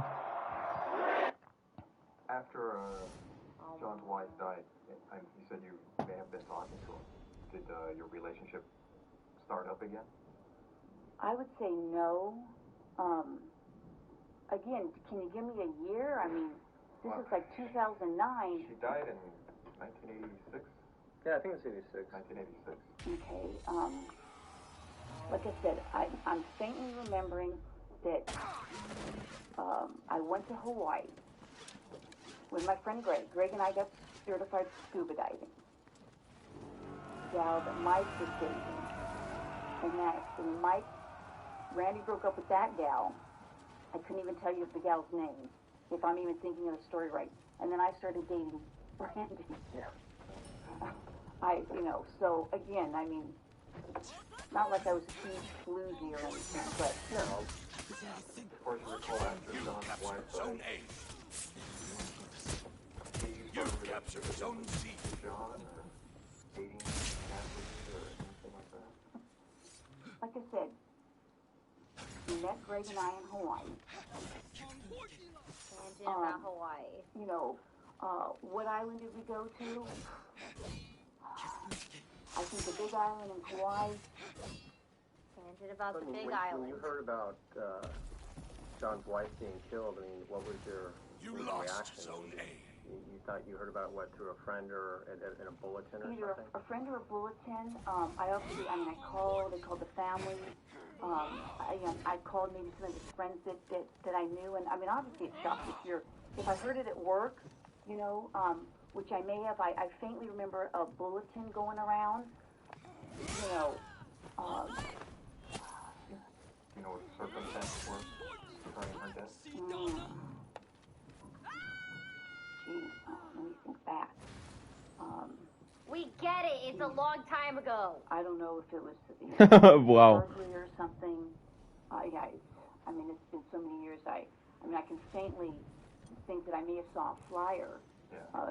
May have had her picture on it. You know, that's why I say, if somebody had called me, I may not have known what her last name was. I may have. I mean, maybe if you told me, I would remember it. You know, First name? Shelley, Sherry, I don't know, something maybe, like I said, it's been so many years, and From all the years, as far as you can remember, do you remember ever talking to her? well, I said earlier, you know, I mean, I may have, and now I'm thinking I may have gone to him and said, hey, you know what, if he's dating you, or he's bothering me, and so I'm thinking that we had a conversation about that, one or two maybe, you know, it could have been three. I don't want to say I had 3 conversations with it. Like at her work or at their house or? No, I'm thinking that he obviously must have told me where she worked. Og Big L King, han har ripped 2 med hende. In LA, and I could have been, again, what year was that? Where was I working? Oh my God.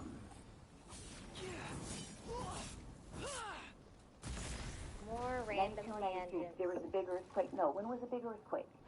What kind of tactic is April of this? 92, because I stopped teaching there. We didn't ask. We didn't ask any of that. I think I stopped teaching there sometime in 92. When you said like, hey, you know, he's calling me, he needs to knock it off or what have you. I mean, was that civil? Was there? I mean, Oh did yeah, no, there was not. I don't think suspect there was into anything. a lie. It's the conversation lasted a few minutes. I can't even remember. It wasn't like we went out to lunch or anything. Right, but there was no like arguments or fights or it didn't get heated or anything like Not that I recall. No, I mean, I would think that would stand out. I would think. Now again, that's not standing out in my mind. You know.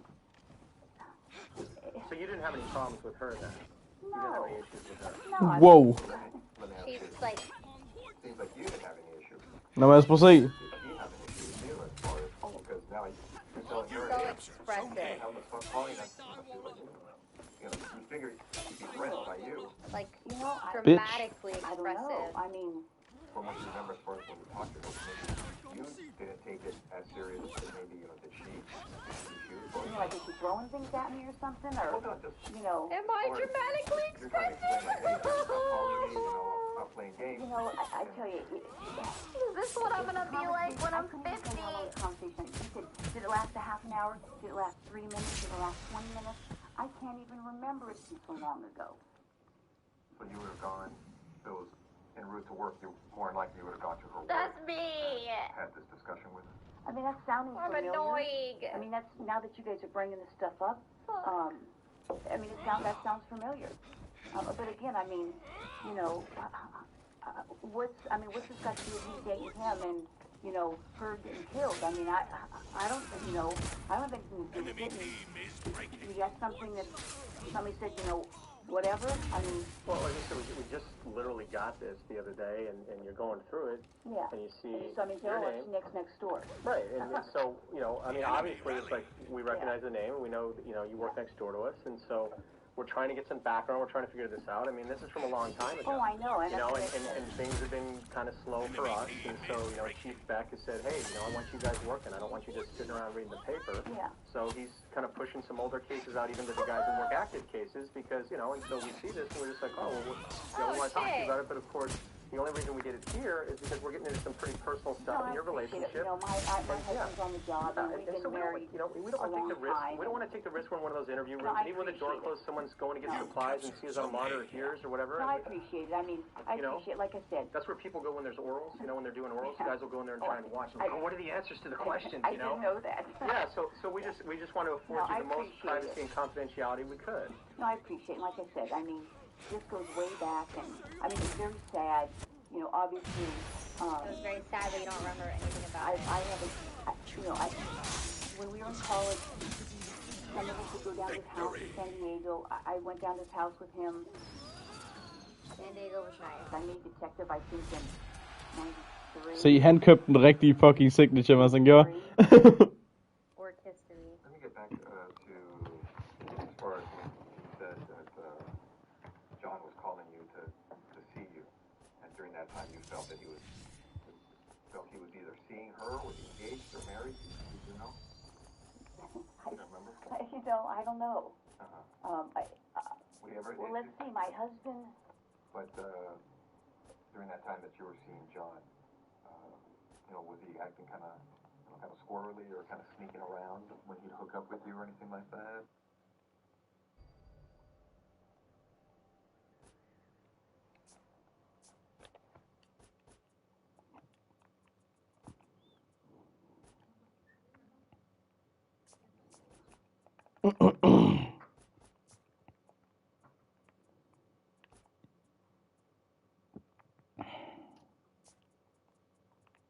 Shut up, bitch.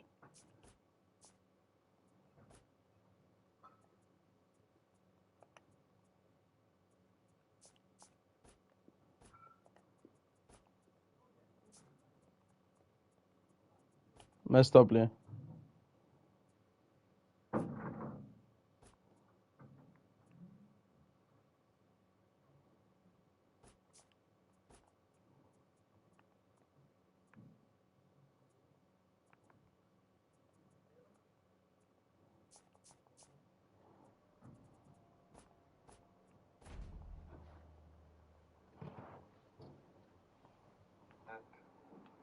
make you think, hey, yeah, Oh, he probably was. I mean, well, after he hooked up with Sherry, do you know where they were living? you asked me that already. And I said, well, obviously you were living in Van Nuys division. Yeah. I may have known. I mean, did he ever give me the address? Maybe. I don't remember. I mean, I don't know. Because the only reason I'm asking you again is because as we've been talking, I know some stuff has come to you because you're like, oh, it seems like you should. So. I don't think I've ever gone there. It's something I don't even know that I knew where they live. That's what I'm saying. If I knew where, I enjoy my job. I get exposure of it. You're here of your own free will. I mean, no. That's just not sounding familiar at all. I mean, I ever met her there or him there. 2 minutter, Mads. I don't think so. Så skal vi ind i Destiny. Yo, check, sir. Oh, come over?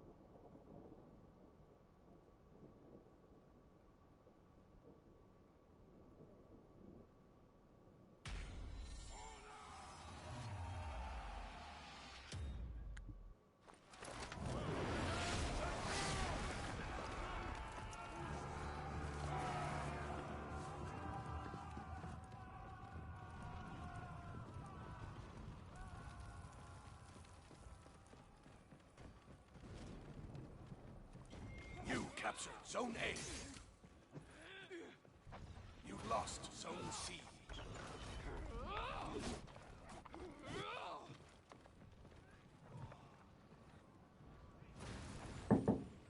Der er en, der banker på. På Nyation? Ja, hvad vil jeg have? Kyllingkaj?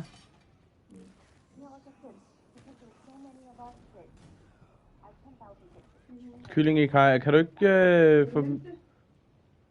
Nej, jeg har noget. Jeg har en aftale. Ja. Mor, men hvad er det?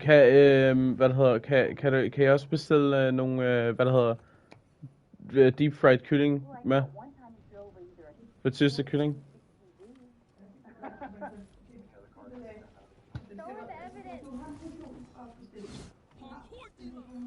Okay, det er fint, så. I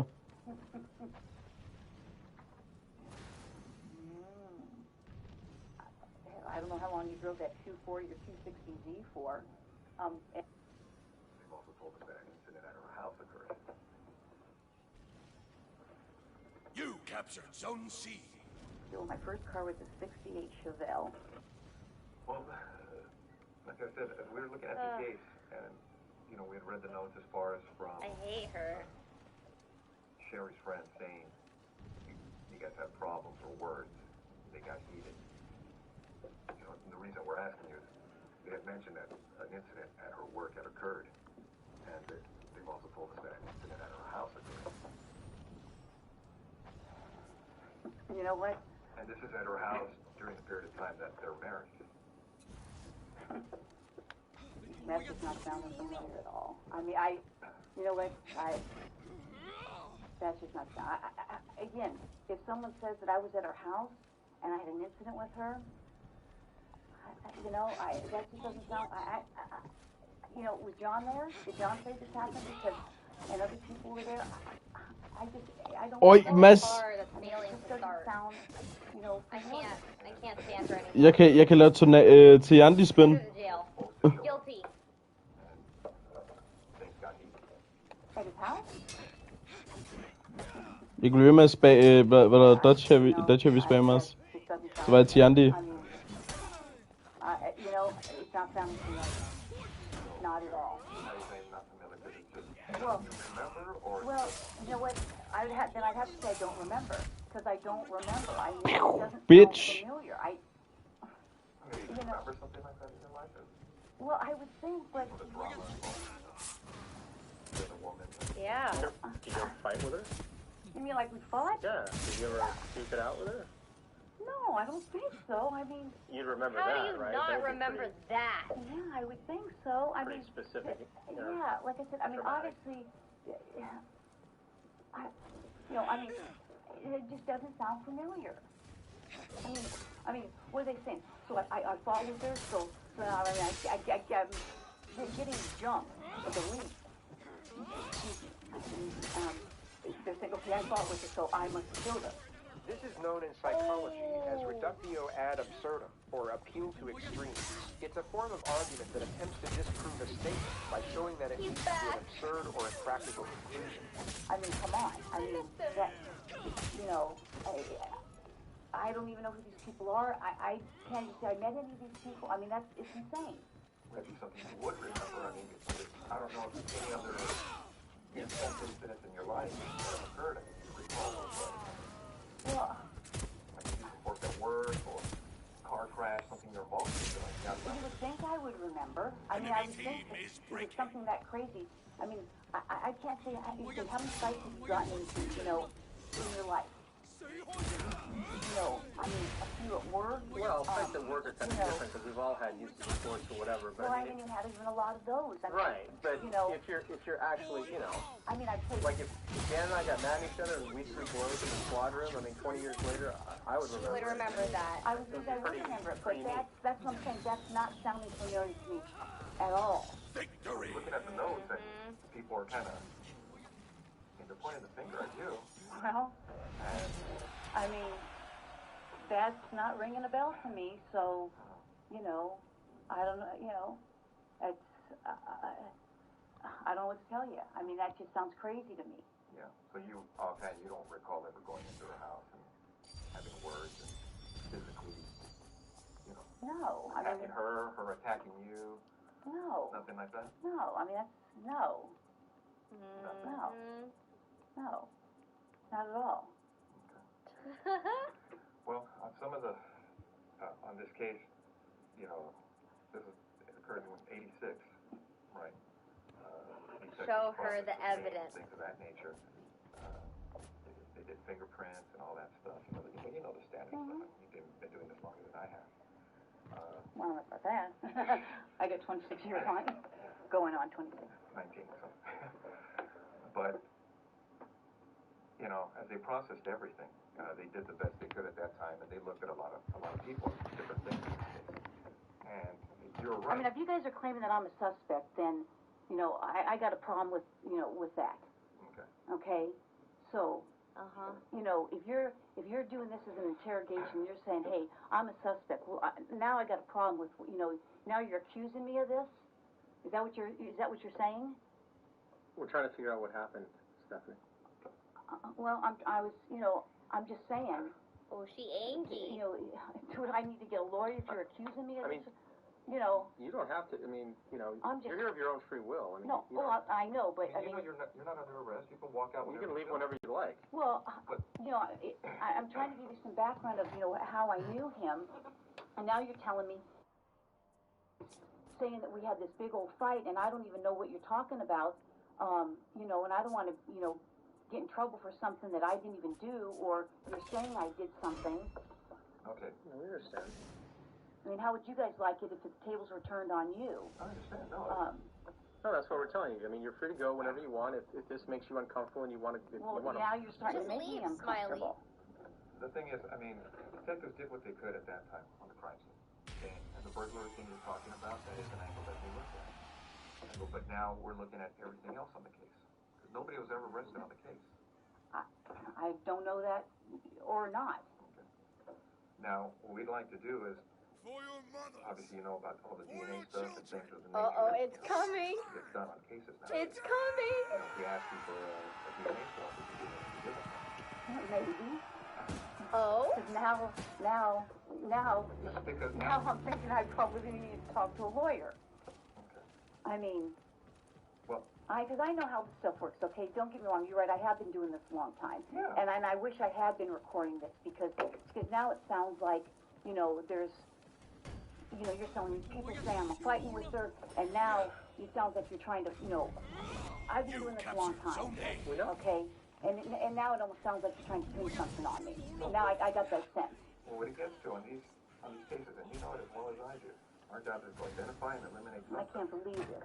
So if we ask you to point, give us a DNA sample, a buccal swab, we can identify or eliminate you.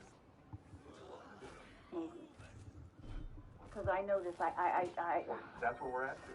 I mean, because right now, from looking at the evidence, it's, possible we may have Snake Blood raped. Oh, right. And we're going to do what we can to try to put this thing together. And your name's in the book. People are pointing at you for whatever reason. Oh, why? That's just crazy. I mean, that's absolutely crazy. And she's it would scary. be irresponsible on our part not to look at it. I know. You guys have to do your job, and I guess I'm gonna have to contact somebody. So.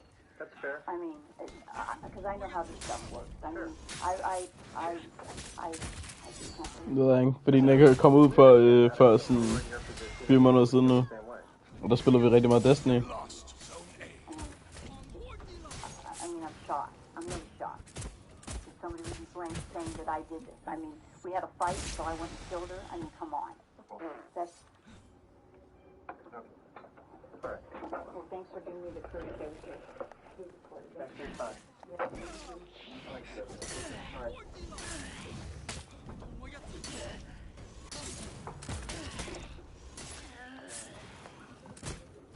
Did she come back? You captured Zone A. You lost Zone C.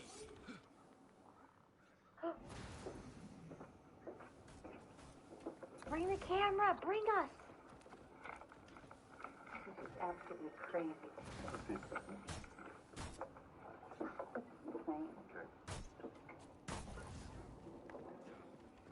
It's insane getting caught 27 years later. She's probably so surprised back in her life.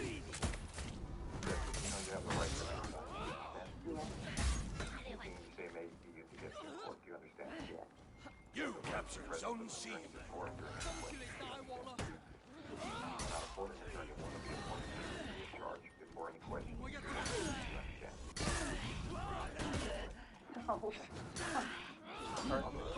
You lost. She cuffed?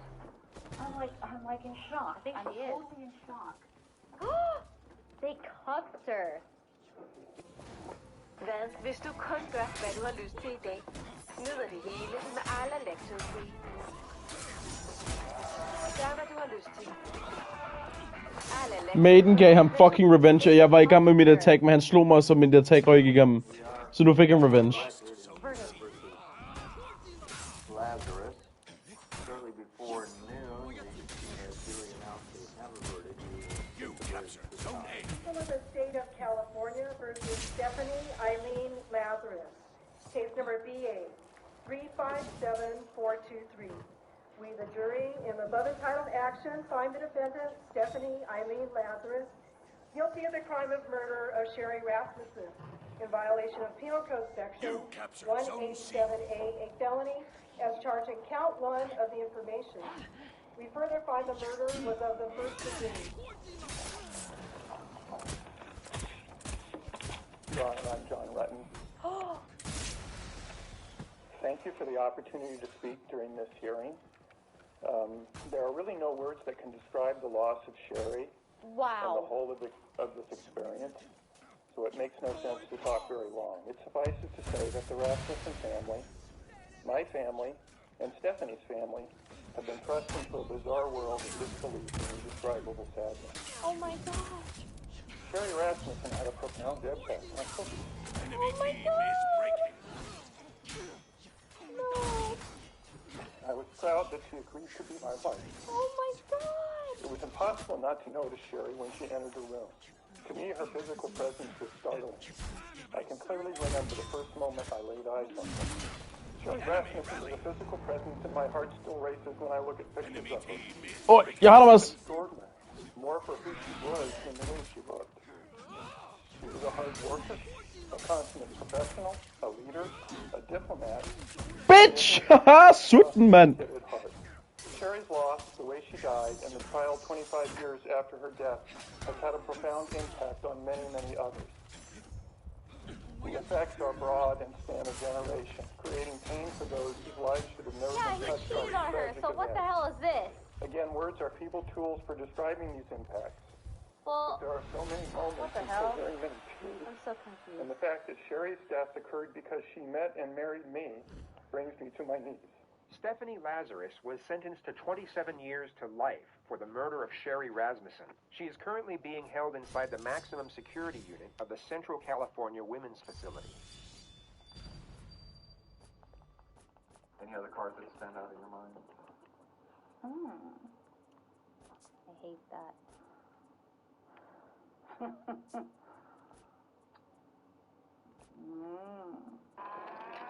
I can't. No.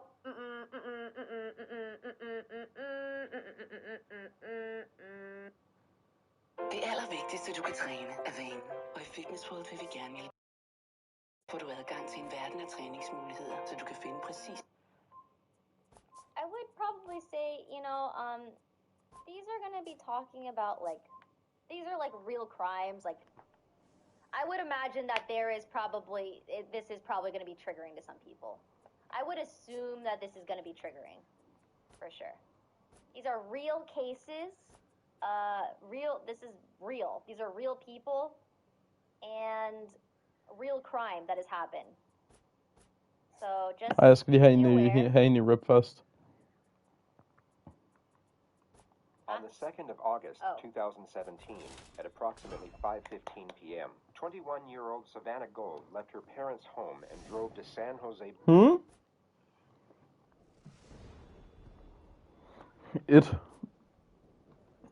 Boulevard in Jacksonville, Florida. She had a 5:30 shift at the Bonefish Grill. Ja, men den er ikke nær så sej, som jeg håbede på. Worked as a waitress, but on this occasion, she never showed up. It was a fairly quiet Wednesday afternoon at the diner. Her absence wasn't too much of a strain, so the on-duty supervisor simply took her hours off the roster for that day and thought nothing else of it. Suspicions only arose roughly 1 hour and 15 minutes after Savannah had left the house, as her father received a text message from her phone number. Hey, I just wanted to tell you and Mom, I met a really great guy and we are running away together. I love him and we are leaving to I'll call you later when we get to where we are belong. Such a scary text to get from your kid. So, I'm never having kids.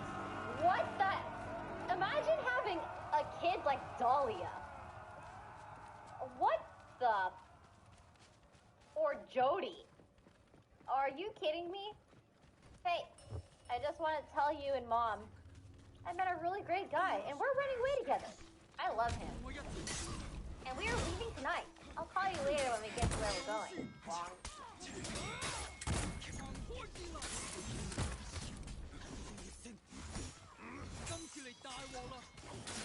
Savannah's older brother also received a text 43 seconds later. Hey, I quit. I'm leaving with my boyfriend, and I can't do this shit, anything. I'm fine. Just want to get away. This is how I feel, honestly. Although both texts came from Savannah's number, her family knew right away that something wasn't right. She had just left the house in what appeared to be very high spirits, but now proclaimed to be running away with an unidentified man without packing so much as a change of clothes. Not only that, but the text messages were riddled with errors and composed in a completely different way to how she would normally write. Her phone was switched off when they tried calling just minutes after receiving the texts, so so they immediately called her place of work and found out that she hadn't shown up. It was at that point they called police and filed a missing persons report. Savannah had been gone for less than 2 hours. Roughly 40 minutes later, her car was found unlocked and abandoned in the Bonefish Grill parking lot, and the only thing missing was her phone. Her wallet, ID, and a number of other valuable items could not be taken. Investigators went through the parking lot surveillance tape and discovered what would then become the primary piece of evidence for the case. The majority of footage remains undisclosed to the public, but a detailed description of what occurred has already been released. What we know is that Savannah parked her car and stepped out of the vehicle at exactly 5:31 p.m. She then walked over to another vehicle and conversed with the occupant for 14 minutes through the driver's side window. She then got into the back seat of said vehicle at 5:45 p.m. 14 seconds later, the car began to shake sporadically as if some type of struggle was occurring inside. The rear door swung open 3 times, but was immediately and forcefully shut each time. It appeared as though someone was attempting to get out, but couldn't. This lasted for 49 seconds until the vehicle suddenly stopped moving. A male figure was then seen getting out and proceeded to walk over to Savannah's car that was 20 feet away. The surveillance was grainy, and the person could not be identified from the footage alone. All that police could ascertain was that he had short brown hair and was roughly 5'11". The unidentified person reached into Savannah's car and took out what police believed was her phone. He then slashed Det der bleed der, ikke? Fuck, det gør meget damage fra hende. For det Bushimas. Har de buffet hende? Mads Lortet gjorde 5 damage per tick. Det ved jeg ikke, men Mads 5 fucking damage per tick på det der bleed der. Det er virkelig voldsomt, synes jeg. Savannah was never seen exiting the car. This was a crucial piece of evidence, and essentially all investigators had to go on. They had to find out who the man was in the video, and fast. But they also had to be careful in how they conducted their investigation. They couldn't let anyone find out they had this footage in their possession, as knowing this information could allow a suspect to alter their alibi to fit with the evidence. This would take a significant advantage away from investigators during interrogation, and would hinder their ability to build a case to a considerable degree. Over the following 2 days, investigators briefly interviewed all the staff at the Bonefish Grill. For the most part, these encounters consisted of just 3 questions. When was the last time you saw Savannah? Do you know where she is? And is there anything you know that could help with our investigation? Within 48 hours, they had 3 potential suspects, whose names were then ran through the motor insurance database. The first suspect didn't have a license. The second suspect owned a bright red 2001 Jeep Cherokee, while the third suspect was registered to a 2012 silver Chevy Malibu, an identical match to the vehicle seen on surveillance. His name was Lee Rodarty. He was 28 years old and head chef at the Bonefish Grill. Incidentally, he was the first person to be interviewed at the diner about Savannah's disappearance, where he told investigators that he hadn't seen her in about 3 weeks and knew nothing of her current whereabouts. It was only from his co-workers that police discovered he was having an on and off relationship with Savannah for the last 8 months, despite it being against company policy. From what investigators could gather, this was a very popular individual, rising fast through the ranks of his chosen profession. He was known for his charm and charisma amongst his colleagues, and also had a lot of success when it came to the opposite sex. On all accounts, his life seemed to be going very well, but he was now the prime suspect in a kidnapping investigation, and the Jacksonville Sheriff's Office planned their next steps in meticulous detail. At around 5:15 p.m. on August 5th, police arrested Rodarty while midway through his shift at work. They told him it was for an outstanding traffic warrant and took him to the JSO Police Department.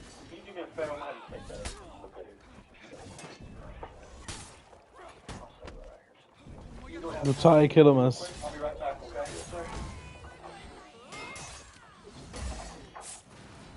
The officer said he would be right back, yet Lee was left to sit there for 90 minutes with nothing but his own thoughts to keep him company.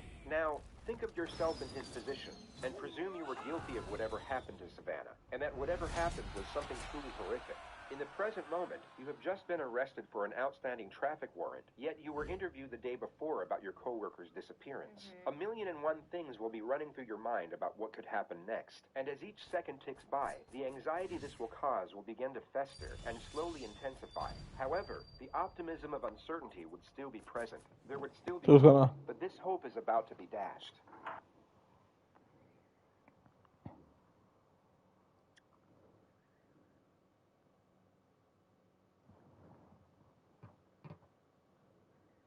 Jeg tjekker lige, hvad Sø sælger.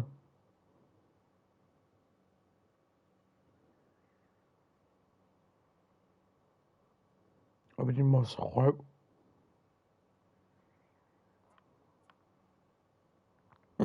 Han sælger lort først og alt. Dan, det kunne du måske godt tænke dig. Han sælger Two-Tailed Fox. Jeg ved ikke, om du har alle våben i spillet nu.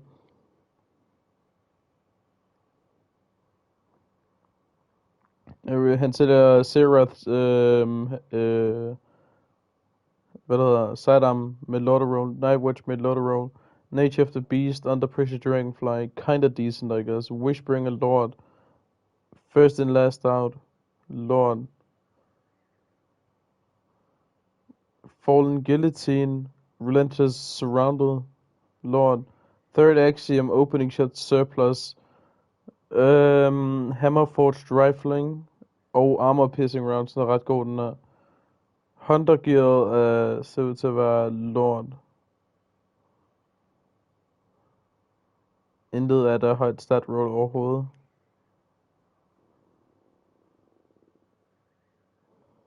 Tjekker også lige hurtigt på Warlock og Titan.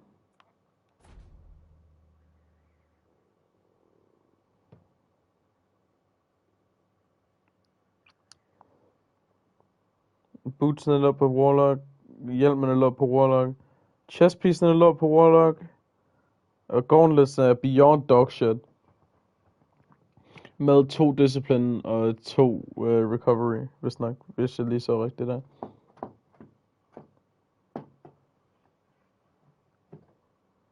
Så Mads, skal du ikke lige have noget af det? Så lad os se Titan gearet. Gauntlets'ene er god tier. Chestpiecen har 23 intellect og 20 resilience, også ret godt.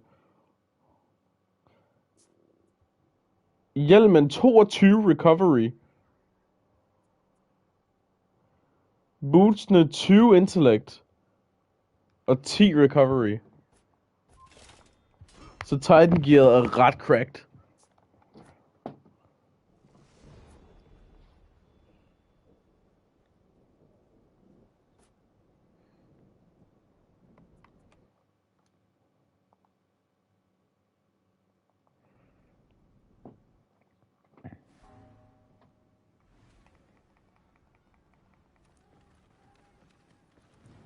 Han er fik det der random engram, Thomas. Han fik det random engram, det der man bare kan købe. I håbet om, han fik nogle stormbees eller sådan noget. You capture Zone A. Det er ret cracked til PvP til Warlock. For det. I mean, Mads, health regen det stopper ikke, når du får fuld HP. Det vil sige, at du kan gå ud og fight et eller andet, og så risikere at få fuld ly, af at de skyder på dig.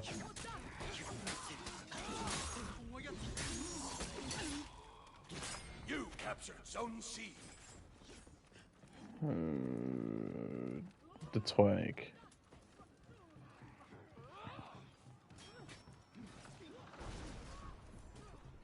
Problemet er lidt, Dan, at du kan ikke engang holde fighten gående mod folk, der har en 0,4 KD.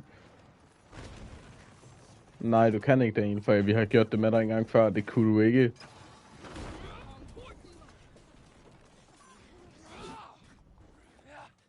Hvorfor lyver du sådan over for dig selv?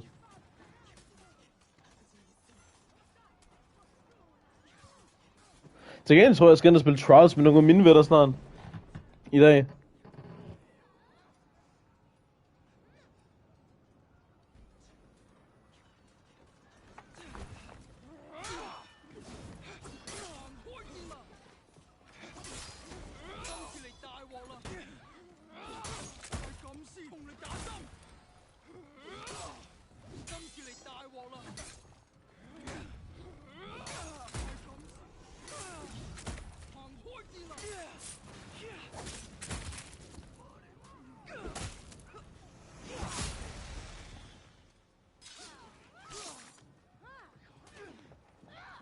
Jeg blev dræbt der.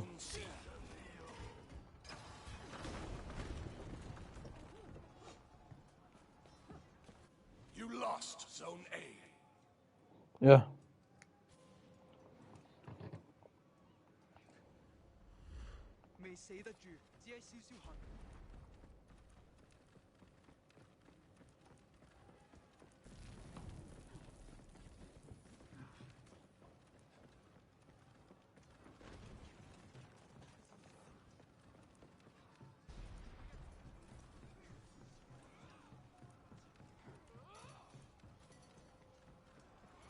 You captured Zone C.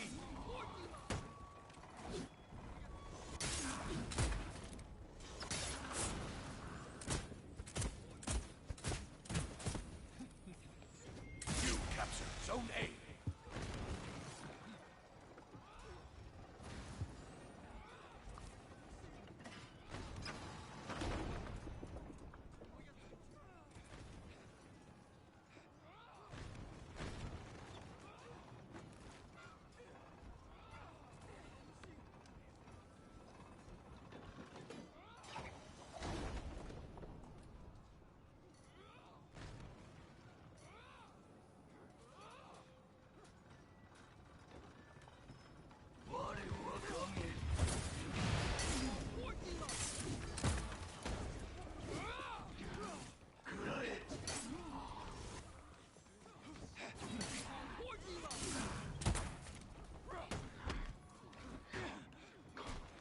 Fuck nu af med dig, Siso. You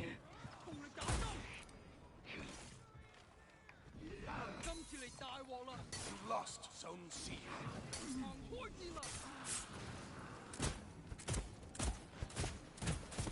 You captured Zone C.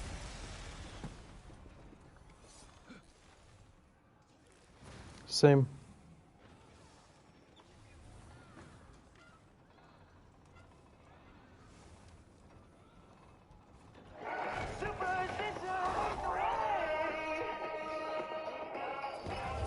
Ja, hun skød også mig med en af hendes feeds.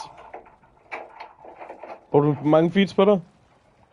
90 minutes. The sound of the door opening would have been a pleasant relief from the monotonous cycle of Rodardi's own thoughts. Yet this brief moment of alleviation would have instantly converted to shock as Detective Ray Reeves walked through the door, the same investigator who had interviewed him about Savannah the day prior. It would have been at this moment that he realized his situation was far more severe than he was hoping. The relative optimism he would have felt during the initial 90 minutes on his own will now be gone, which in turn will greatly magnify the contrasting sense of fear he will now be experiencing. She was interviewing some of the other folks, waiters and other staff people the other day, so she didn't get a chance to come in at the time. I wanted to talk to her, actually. We wanted to. You want some more? Actually, it would be all right to use the restroom. Yeah. Do that. I'll walk down. Victory! Oh no.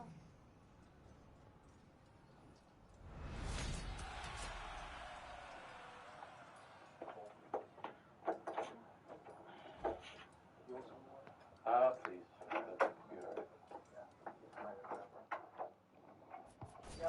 Water.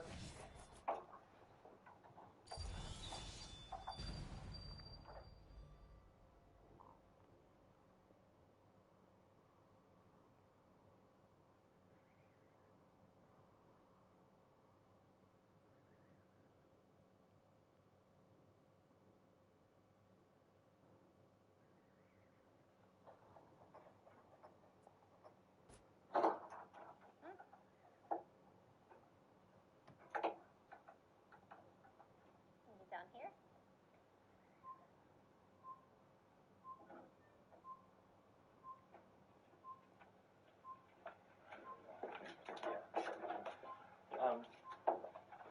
Like I said, I want to kind of go over some stuff. I know we talked the other day just for a few minutes. I had some concerns about a couple things.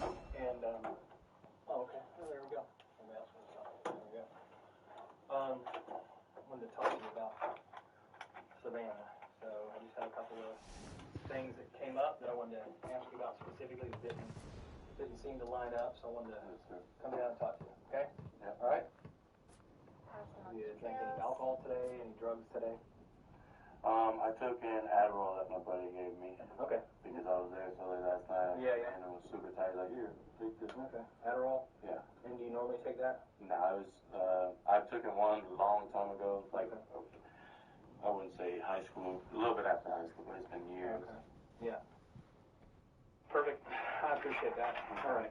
So, Savannah, you said that you knew her and you guys had, you knew her from work. I mean, just kind of fill me in with that.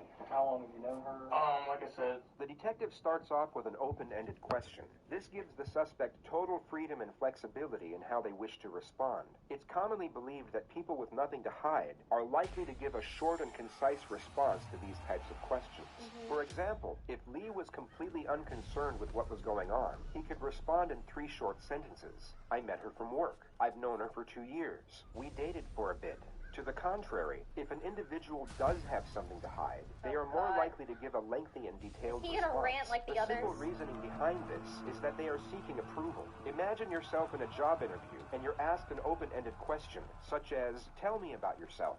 You would feel the need to be thorough in order to please your potential employer. Yeah, I the did that a psychological lot. premise is exactly the same with regards to police interrogations, albeit under completely different circumstances. Guilty subjects will see the interrogator as an imminent threat, and will therefore attempt to appease this threat to prevent further aggression.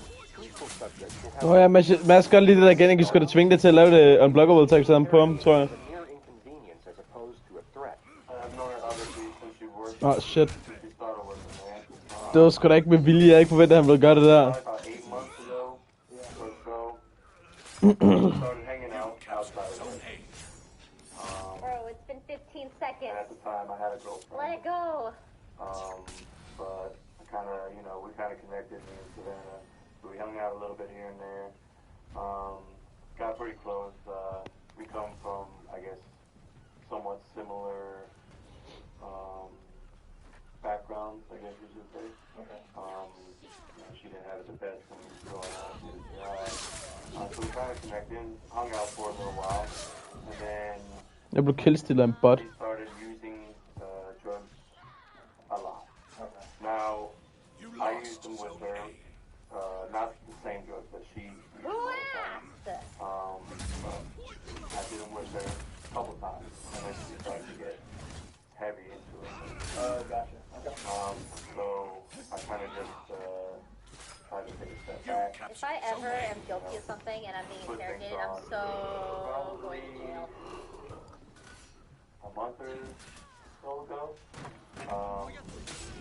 Leave the lies on my face. I can't hide anything.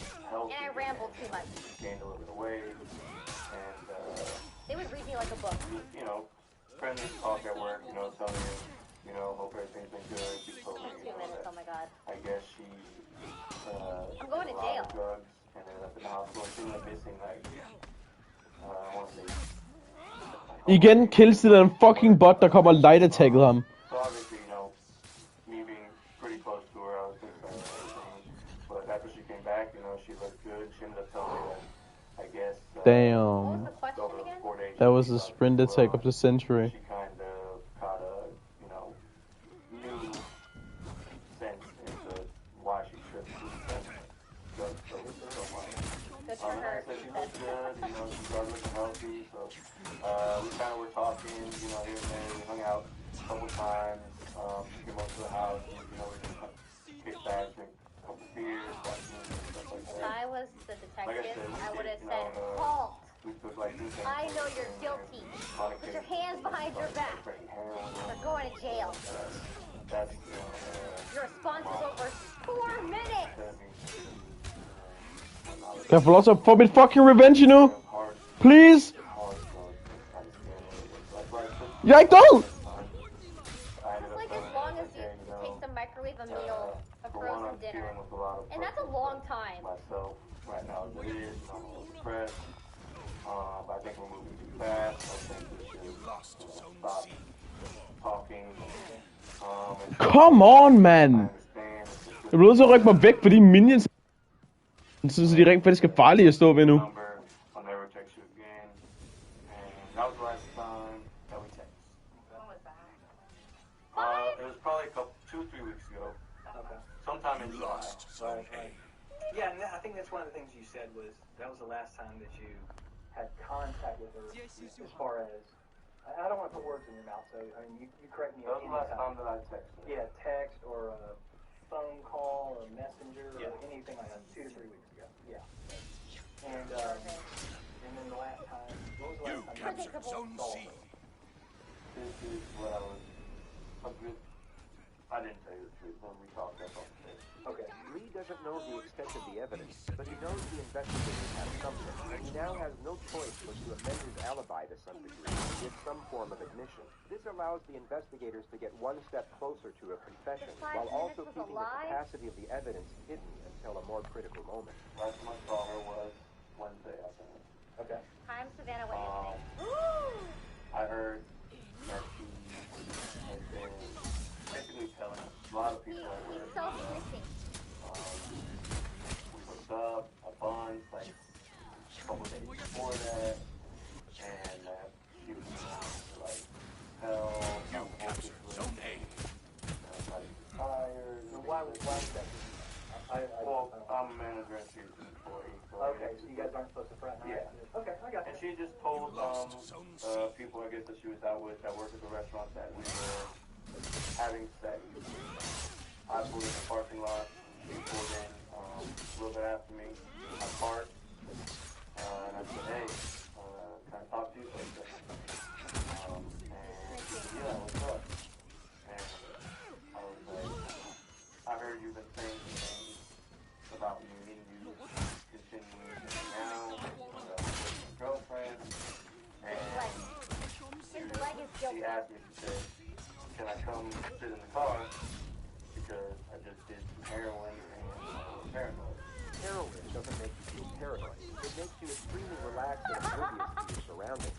Some might argue that heroin can cause paranoia depending on the user. Yet Savannah was Ja, har jeg siddet og set den her video. about to start a shift at work. If she was using, she most certainly wasn't the type to get paranoid. Heroin is like the exact opposite of paranoia. Doing that, and so she came inside the car, and I explained to her the situation. I told her that as on stage were coming to me and telling me that you're telling people you're out, that we're having sex, I'm with a girlfriend, and I said, I was treating you, I need you to stop, because one, that's my job, we agreed to, split, stop talking mutually, and just move on. Yeet! Bang!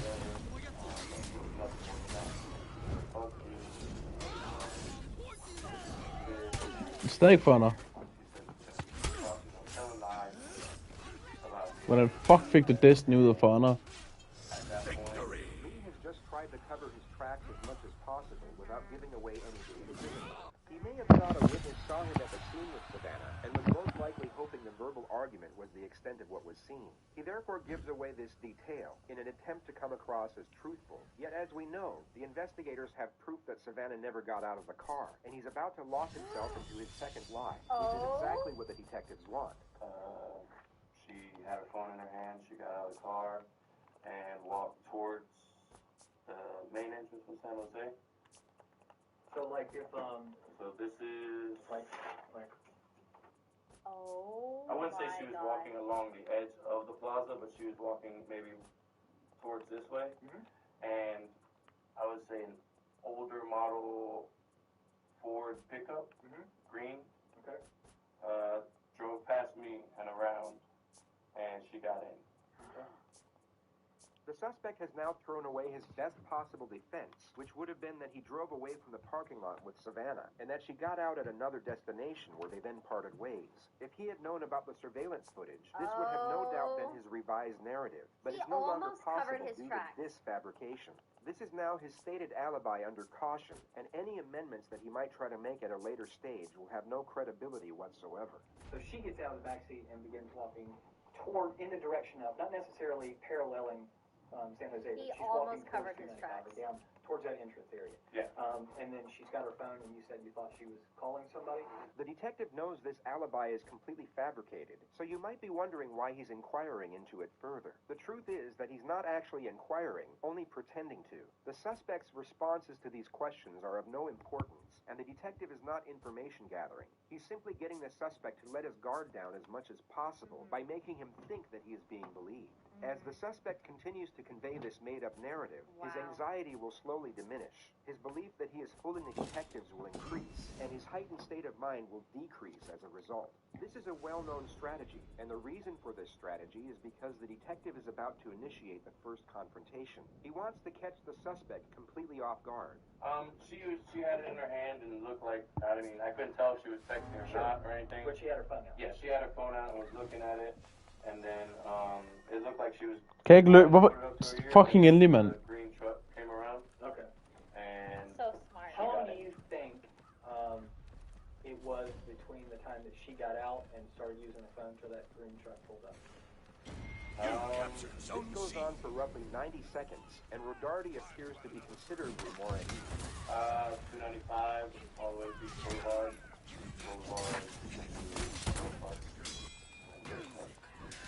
How was that? Time to drag him. Is it time? I think it usually takes about 25 minutes or something. You see a very sharp and very sudden switch. The suspect is taken from feeling assured to once again feeling threatened. It's believed that when the immediate shift from one emotion to the next is so extreme, a suspect can become disoriented, and their ability to think critically can be affected. In other words, it's much harder for them to think up lies on the spot or fabricate emotion in a convincing manner. That was... After a long, nervous breath, he takes 3 seconds to respond, yet somewhat saves himself with the answer. The fact he stated his injuries were self-inflicted is reason for the nervous breath and his hesitation to respond, as self-harm is a taboo subject, and some might be embarrassed or even ashamed to admit to it. The detective recognizes this and immediately puts him back on the spot.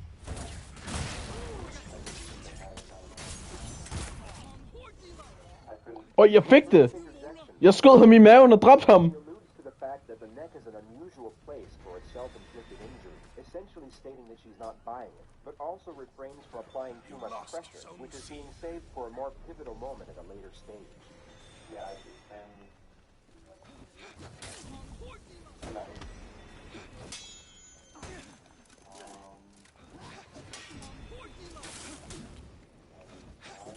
Mads, come on. I det mindste lad være med at gøre det, så jeg kan lave min punishes, ikke?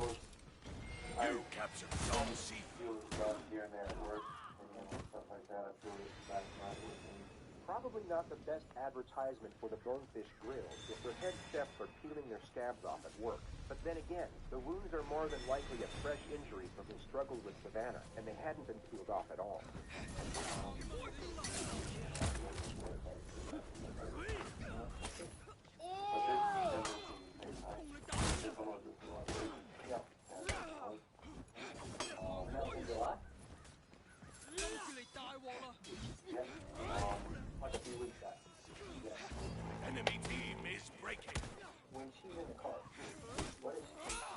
Hvorfor har Shinobi så overdrevet lang light attack range, Mads?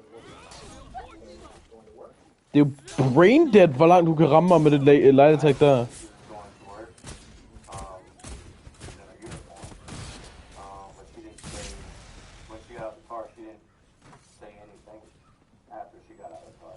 They further reinforce his confidence by going back to his narrative of the truck and allowing him to convey the story in more meticulous detail. They are once again giving him a false sense of security, only to use it against him in the opportune moment. If in that truck, she, let's be honest, we went to call her Savannah. Savannah, again, Victory! They, from where you're drawing from, they drove over here. You're here, and they drive out over here. Do they stop? Does she get out and go into work? I didn't see once they turned the corner past the ATM. Once she got in and they left, I left. You run into them on the road anywhere? No. Okay. she call you later on or text you later on? Savannah? No other contact with her? No. So where's Savannah right now? I don't know. Where would I find her? I don't know. This is a far more aggressive confrontation.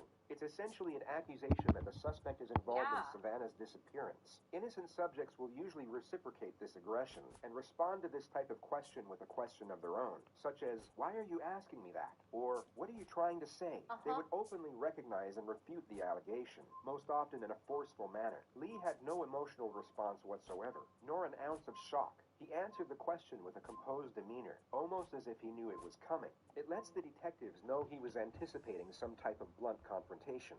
That's my prime objective is to find her. Yep. I think time's running out on her. I want to find her. I need to find her. And here's a couple reasons I need to find her. One is I'm hoping that she's still alive. And that's really, I really do, I'm holding out for that. And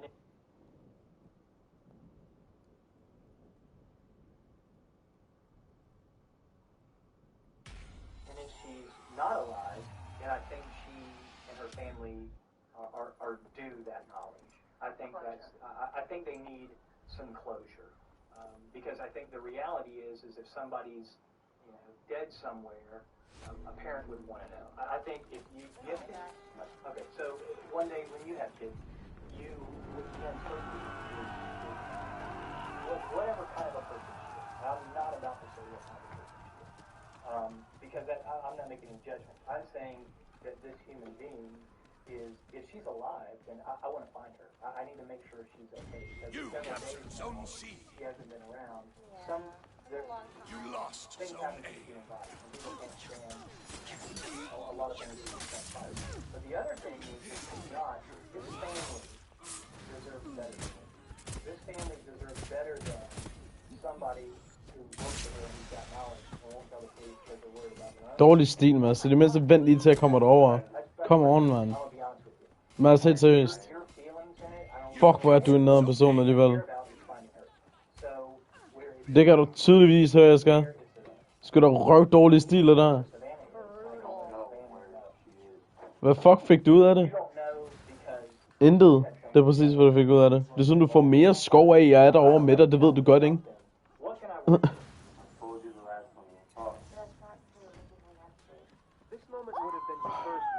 Og røv dårlig stil, når du ved, vi er i gang med XP for ham.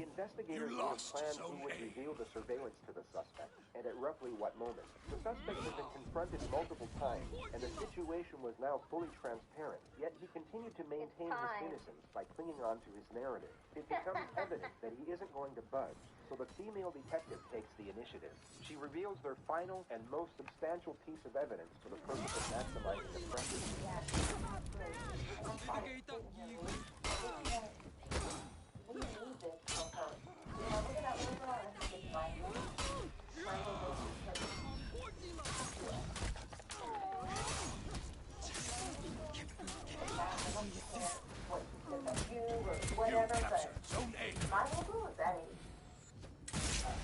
Then you're not telling the truth. Maybe something gets out of hand in the car. I didn't do anything. Okay, you didn't do anything, but she was in your car. She never got out of your car. She never got out of your car. Please? We're not saying that you did anything. Jeg dræbte Maiden. Mads, jeg dræbte Maiden. Well, we can prove. Jeg fucking sprang ham med en bombe.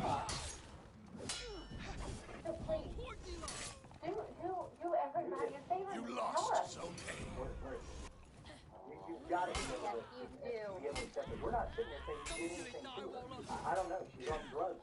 Maybe she passed. I don't know. I'm not in that car with you guys. I know that she's in that car with you. I have proof of all of this. Okay, let me ask you, Lee. Can you tell us now if you're being an honest man? Are you being honest? She never got out of your backseat. You captured She never got Zone out A. of your backseat. Video cameras don't lie. You captured Zone C. How do you think I know this information? I wasn't there, but a video camera caught it. Tell me what happened. I don't know. What happened? How do you know? Was it an overdose? Is that what happened? I don't know. I'm not in the car with you guys. You just said she was in your car and she had admittedly had done heroin. This is a cross between the how and why solution and the alternative question. Both are used to lower the gauge of admission for the purpose of getting one foot in the door, which will then become the new foundation for building a case. The how and why solution essentially blames the victim, while at the same time minimizes the motivations behind the crime. The alternative question plants a seed in the suspect's mind, where they are given an alternative and far more morally accepting choice for what happened. It's a smart move, yet the suspect doesn't fall for it on this occasion. Zone A. Bodies overdose all the time. Is that what happened? Does she overdose? Okay, well, tell us. When you went with her in the car, that's what we can't make up that. We can't falsify your testimony. I'm not lying to you. You know I'm telling the truth because you know that's what's on the video. How else would I know that? I don't. Unless I had the video. Where did you go with her? I didn't go anywhere with her. You did. No. Oh my god, what an idiot! I don't know. The surveillance footage is no doubt incriminating evidence, yet this throws out a case on its own that easily. The investigators knew the suspect and continue to apply pressure in a relentless manner. They attack the suspect's character while simultaneously appealing to his sense of morality. That's why I'm so passionate about this. This is someone's child. You might not have kids. She doesn't care. Is she someone's kid? Well, that's fine. We don't have anything personal against you. No, not at all. I mean, it's Where is fact finder? Tell us We're what just happened. doing Where our is she? job. No. Where did you go with her? You lost Zone A. Where did you go with her? You're a human. You're a human. You're a man. Where did you go with her? I know you're not that cruel inside. Seriously. Where did you go with her? Maybe you don't know where she is now. Where did you go? Please. I'm begging you. Please.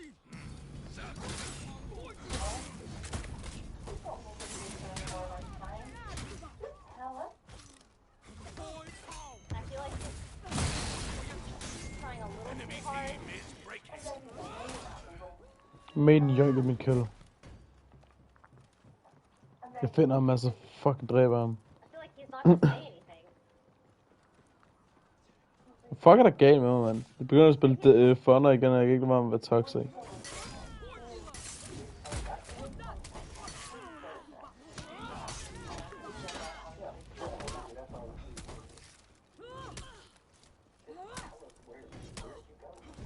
He was trying to, I think, go the emotional route, but I feel like it's not making him more emotional.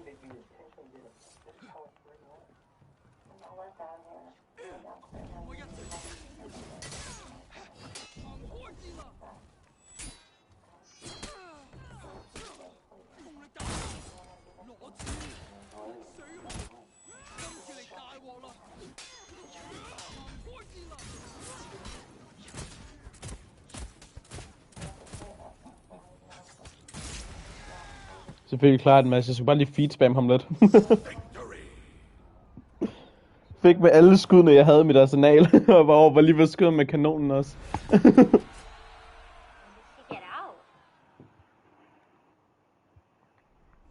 I don't know where she is. Okay, where did you last drop her off at? I didn't drop her off. Okay, well, tell me.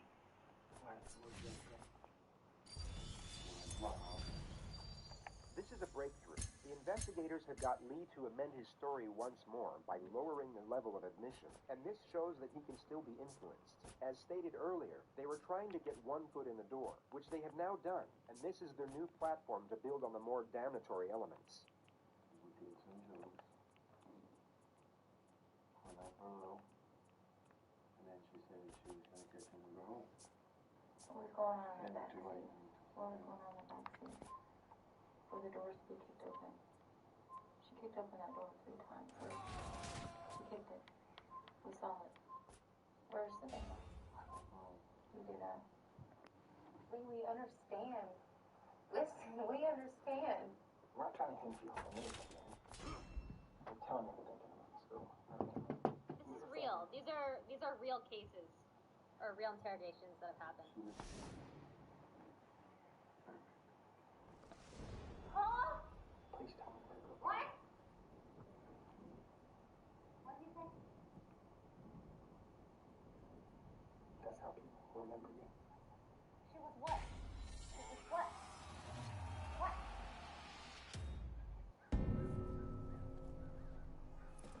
Steal the gate!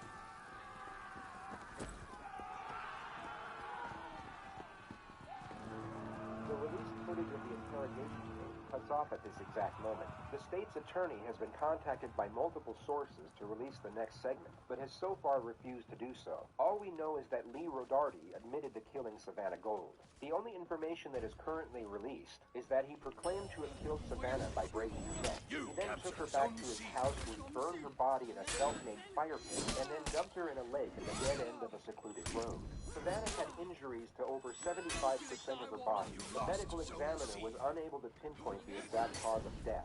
The only conclusion was that it was a violent homicide.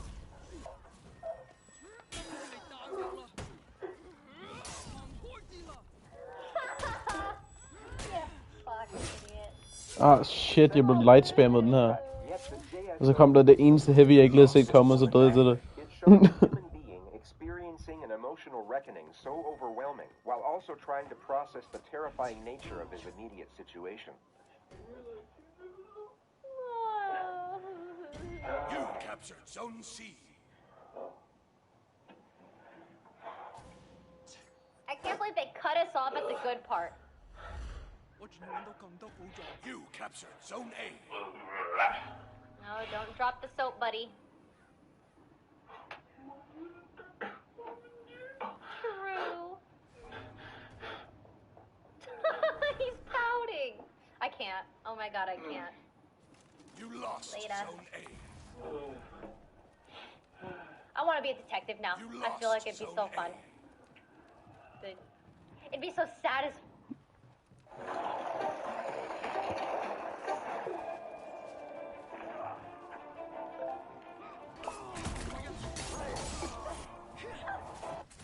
You captured Zone A. I would probably say, you know, Ham der fucking Rip 2. we're gonna be talking about like these are like real crimes. Like Er der mad? I would imagine that Ja, jeg kommer ud lige om 3 minutter. I would assume that this is gonna be triggering. For sure. Lækkert. These are real cases. Mads, det er 3 minutter. Jeg tror ikke, vi kan trække den. And real crime that has happened.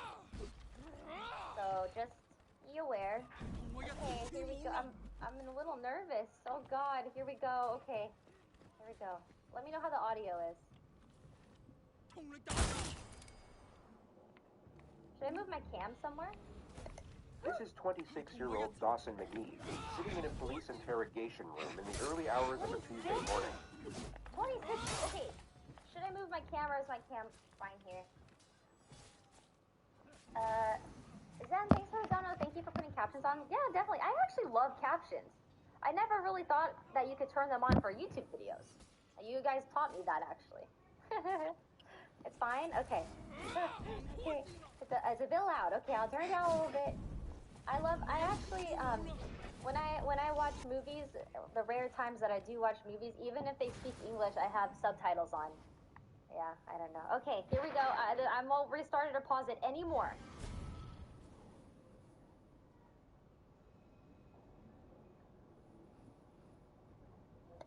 This is 26-year-old Dawson McGee, sitting in a police interrogation room in the early hours of a Tuesday morning.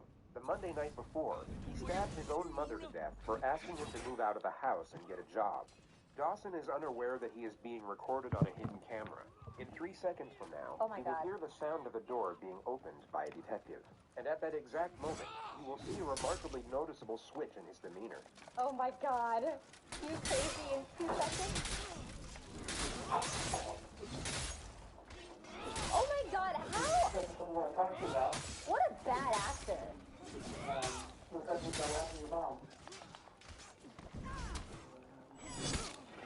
What a bad actor.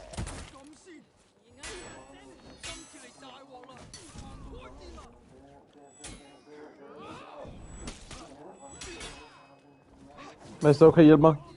Mads, jeg bliver fucked over. Mads, jeg blev raped. Hjælp.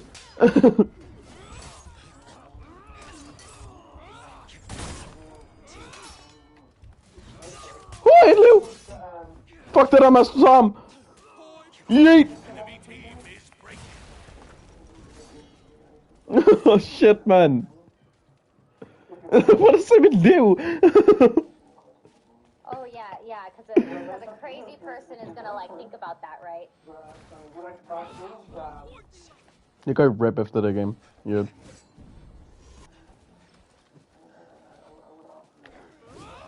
Why is he doing that? Light spam. He's so bad. -1. True, -1.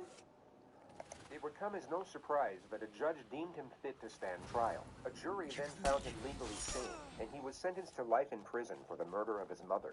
Lad os lige gå og rape dem, så jeg kan gå og spise min mad, Mads. Kom. Mental illness similar to the one you see here.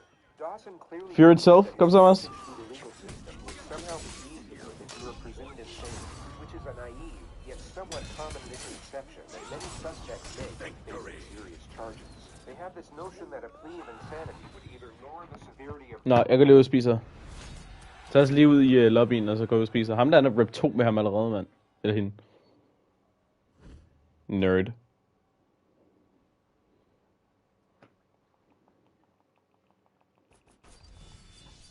Så, rip it. Lækker. Nå, kom igen lige med snart.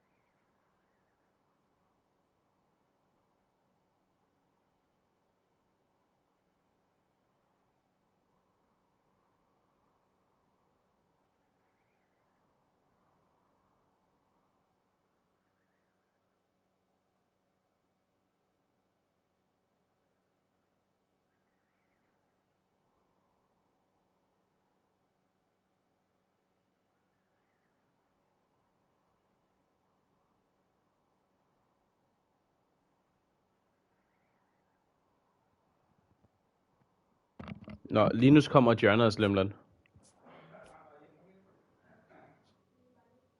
Hallo?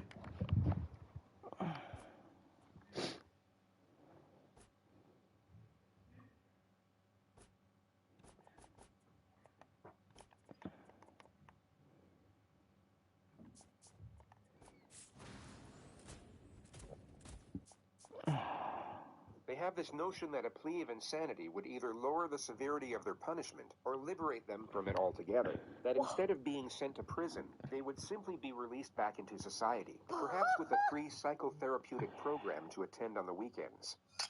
This is, of course, a far cry from reality. In the United States, if you're found responsible for a serious offense, but also found not guilty of the crime by reason of insanity, you will be institutionalized at a high-security psychiatric facility. These institutions are without question some of the darkest and most disturbing places in the system. And if you're not actually suffering from the crippling effects of mental illness, living in this type of environment will be a mentally agonizing experience. The foresight of what occurs inside these units would make the majority wish to avoid them. But once you are in, it is very hard to get out, and you will have to serve the same, if not a greater amount of time than you would have had to serve at a regular prison.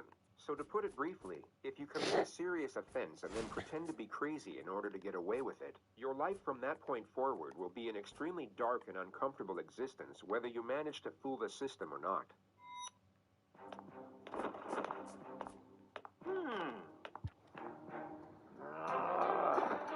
Will be an extremely dark and uncomfortable existence, whether you manage to fool the system or not. But there is one benefit, which is the elimination of capital punishment. The United States cannot execute someone deemed insane during the time of their offense, which is the only conceivable reason a defendant would cling to this narrative even after knowing what lies ahead should it succeed. And this happens to be a notion that ties in... Which is the only conceivable reason a defendant would cling to this narrative even after knowing what lies ahead should it succeed. And this happens to be a notion that ties in... For what reason do they have jump scares in this? Why did they do that? Wait, how many more of those? Why did... Okay. That made me sweat. Okay. Closely to the primary subject of this video. It will focus on one particular individual whose interrogation footage is so fraught with blatant trickery that most of the segments presented to you won't even need suggestive commentary. You can simply observe and judge for yourself whether you see authentic behavior or not. But before showing you what pretending to be crazy looks like, we'll briefly show you a genuine case of the criminally insane, or at least a far more convincing one. This is 18-year-old Jared Murray, a freshman at East Central University in Oklahoma. On a Wednesday evening in December, he asked fellow student Gennaro Sanchez for a ride to Walmart. Once they got there, Murray pulled out a handgun and made Gennaro drive to an isolated country road where he shot him twice in the head. He then attempted to hitchhike to Canada, but was soon apprehended by police on the side of the road. He immediately confessed to the crime once apprehended, and was then interrogated by the arresting officer. I went down to his dorm room and asked if I could be given a ride to Walmart in exchange for $20 gas. Why? He took you to Walmart? Yes, sir. And did you both go in? No, we did not go in, sir. And why not? We pulled into the parking lot, then I pulled the weapon on him and demanded that he take me to Asher, Oklahoma, sir. And why did all of a sudden did you decide that you need to go to Asher?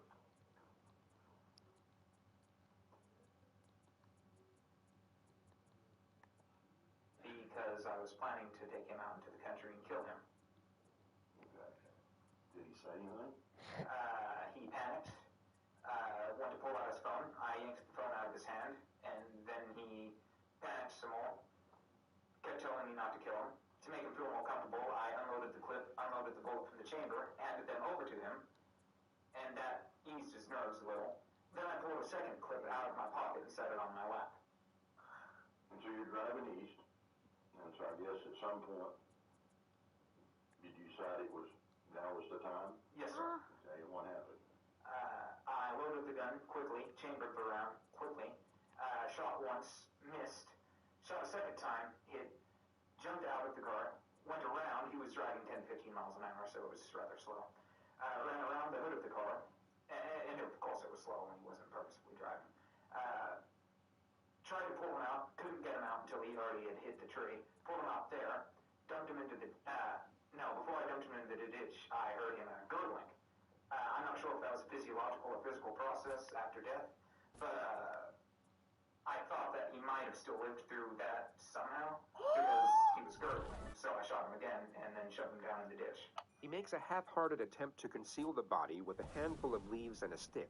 He then walks in the direction of the highway. A handful of leaves. Yes, sir. And which way did you go? No, sir. And what were your intentions? Canada, sir. You was going to Canada? Yes, sir. Okay. He states that his plan was to escape into Canada, but he had nothing to escape with, not even a passport. I had tried hitchhiking most of the way because the only way this was going to work. Whoa! This is real insanity. As if someone were to give me a ride there and then. And then whenever your patrol car was pulling up behind me, I didn't know it was a patrol car. I stepped my thumb out and he was there for the rest. I want to ask you just point blank, because, I mean, you sat here and confessed to... I would be so scared to be in that room with him. And I think you might agree with me, just cold-bloodedly killed a young man tonight. Yes, sir. Or last night. Have you ever killed anybody else? No, sir. You will now see the detective attempt to establish a motive for the crime. I guess I'm having a hard time understanding what you got out of it. Can you help me? I don't really get anything out of it. Do you feel any remorse? I'm sad that I got caught. Oh! So quickly. Tell me why I should believe you that there just was going to be one person that was going to suffer from your consequences of killing. You have no reason to believe me, sir. I guess I'm just still having a real hard time understanding why. The detective fails to establish a solid motive for a further 2 minutes. The discussion eventually lands on the victim's long-term girlfriend. You don't think she can be upset? Heartbroken? I think she will be, sir. How does that make you feel? No different, sir. I think you've been honest with me. I think you told me just straight up, right out of the book. Whoa. What happened? Yes, sir. You've done a terrible thing tonight. Yes, sir. You killed a young man. Yes, sir.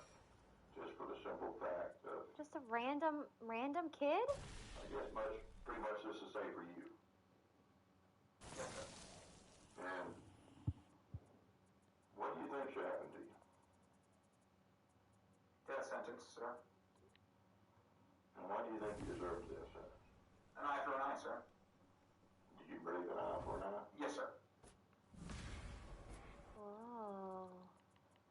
Jared Murray was found not guilty by reason of insanity. He was committed to a high-security mental facility where he is to remain indefinitely. Anything to say for yourself today? No, ma'am. Any reason why you might have done this to this young man? No, ma'am. No reason. No, ma'am. You have nothing to say for yourself. No, ma'am. You want to tell the community anything? No, ma'am. Did you confess to police? Yes, ma'am. Are you proud of what you've done? No, ma'am. Do you have remorse for what you've done? No, ma'am. He appears completely void of human emotion. No regret, remorse, shame, nor fear. He had both taken a life and destroyed his own, yet seems indifferent to the circumstances. Pour me in your coffee cup. Spoon me, stir me, drink me up. Shh, This is not.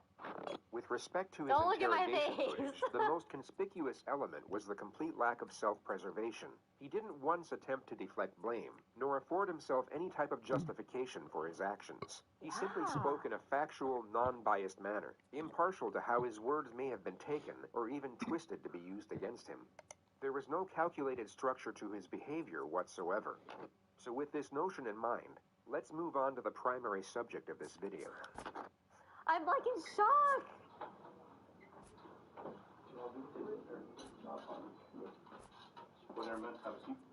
No emotions.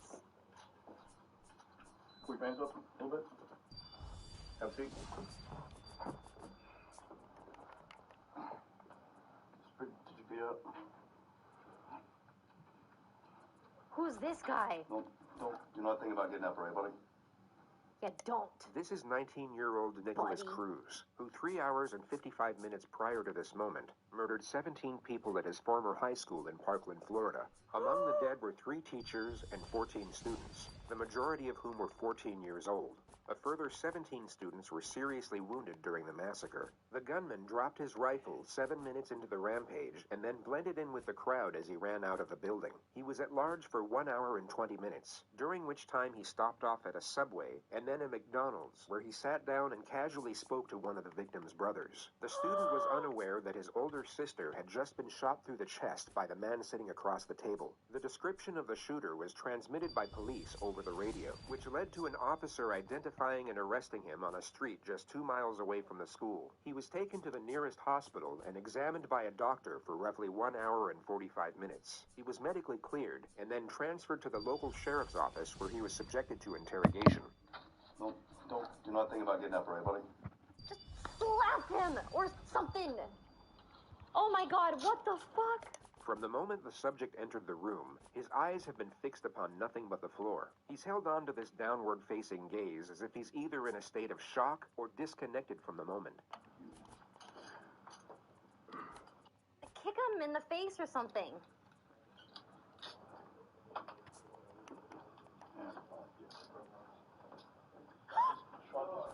Wait, is he trying to break his finger? Oh my god, dude, I can't. I hate him. At the I exact hate him. moment the door shuts, he lifts up his head to observe his surroundings. His behavior completely shifts once he believes no one is watching. If we look at his demeanor a moment earlier, we can see the contrast. He went from being detached to alert. His behavior changed as the environment changed, which is a recurring theme throughout this interrogation. It shows us that his mind isn't wandering off during these moments of apparent disconnection. He is in fact fully present and very aware of what's going on around him. As he looks up, his eyes immediately lock onto the camera. He now knows he is still being watched, and his following gestures will resemble that of someone with suicidal tendencies.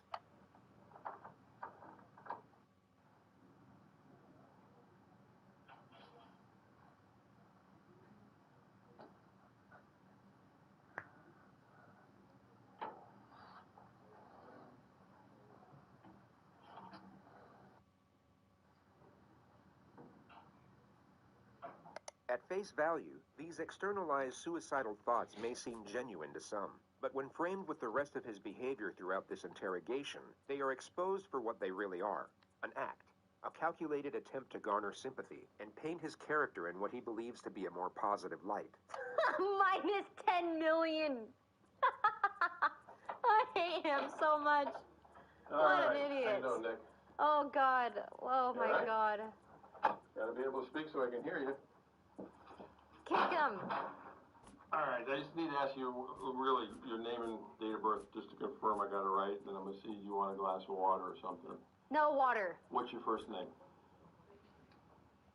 This is a situation where the proof against the suspect is already pissing me conclusive. off. He is without question responsible for the crimes under investigation, making the pursuit of a confession not essential. The police know he did it, but they need to know why he did it, which would already require a complex strategy in order to obtain the correct information.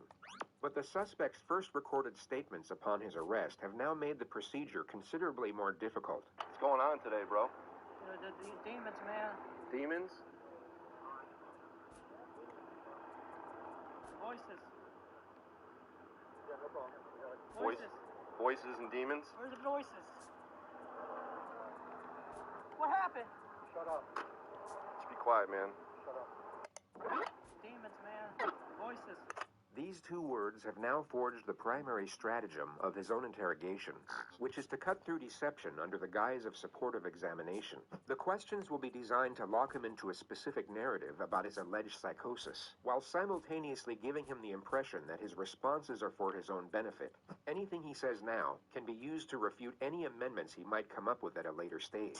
We all know that after this interrogation, he will have significantly more time to think, study, and even seek guidance from professionals about how the legal system interconnects with mental illness. Yet the majority of this forthcoming knowledge could be useless to him depending on what he says during these moments. The more details he gives away, the less options he will have for his defense later on. But pursuing this objective is complicated, as there are two very common scenarios for when this type of suspect gets interrogated. And just to be entirely clear, by this type of suspect, we mean someone who is 1. Pretending to be insane, and 2. Not fooling anyone. Their most common response is to simply shut down. They regress into total silence or some type of catatonic state, and the interrogation never gets off the ground. The other common response is the exact opposite. They erupt into hysteria or supposed delirium, and everything from that point forward becomes incoherent. The lead detective, John Kirsten, must not allow either of these scenarios to transpire. And this makes the first 2 minutes absolutely crucial. He needs to create a positive first impression and resemble the furthest thing from a threat, while at the same time maintain a presence of authority. His temperament will be easygoing and non-confrontational, but also encouraging when extracting a response. His role at this moment is the ally. He needs to be liked, respected, but must not be feared. Not yet, anyway. Going off the suspect's initial demeanor, the detective will know that he is far more likely to regress into a state of silence at this opening stage. And if he can prevent that from happening within the first 2 minutes, he is over the first obstacle. Whoa. All right. How you doing, Nick? I just need to ask you, really, your name and date of birth, just to confirm I got it right, and I'm going to see you want a glass of water or something. What's your first water. name? Come on, Nick. Huh? Spell it for me. Okay. Come on, I'm old. You got to talk so I can hear you. N-I-K. O. Okay. A-S. And what's your middle name? Come on, man. Speak so I can hear you. Jacob. Jacob. J-A-C. And what's your date of birth?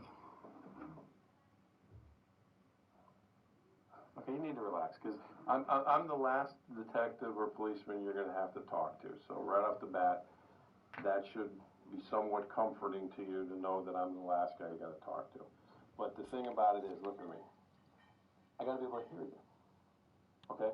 Oh, so my all God. I want to do is get basic His job must be so hard. I bet he just wants to, like, all that hit him. What's your date of birth? But he has to pretend to be nice. January? 09 September.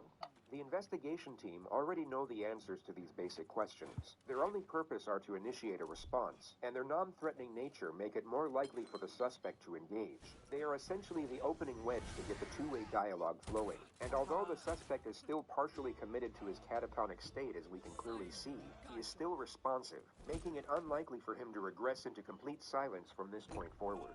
Everything up to this moment has gone to plan. The detective has one foot in the door, and he can now develop the relationship from a more secure position. He goes about this with a standard method of rapport development. Oh my God, the manipulation. Offer of food and water.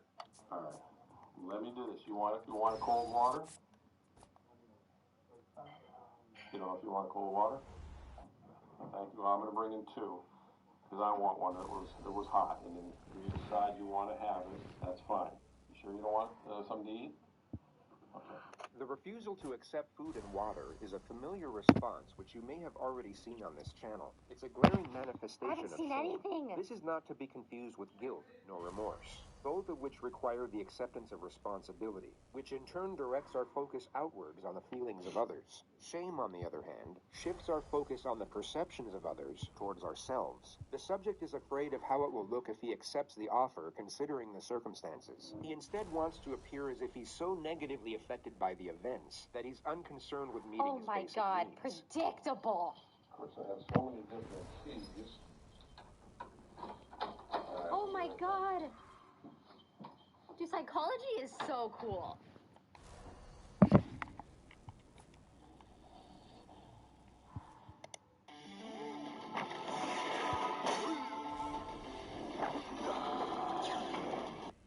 Once again, his demeanor abruptly switches when the detective leaves the room. With his head buried in his hands, it's anyone's guess as to what is going through his mind at this moment. But what you are about to see next is extremely revealing.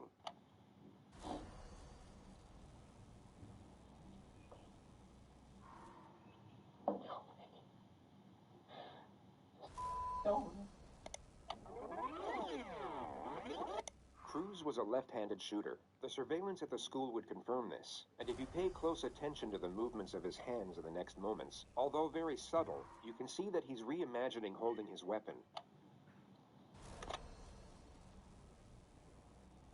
But what's more telling is how his demeanor abruptly stops and then completely switches right before he looks in the direction of the camera. He goes from holding a rifle and beginning to smirk to then pretending to cry and reverting back to his suicidal mannerisms. This all occurs in under 4 seconds.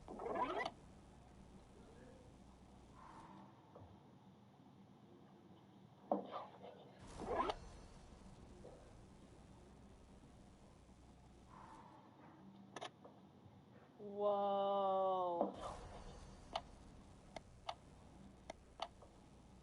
It could be assumed that for a brief moment, he was not only recollecting the attack, but gaining gratification from doing so. He then remembered he was on film, giving reason for the sharp adjustment. His true self was reliving the attack and enjoying his work, while his false self was so dejected to the point he was externalizing suicidal thoughts. Complete opposites.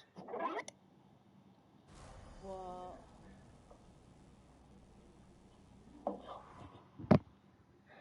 Whoa.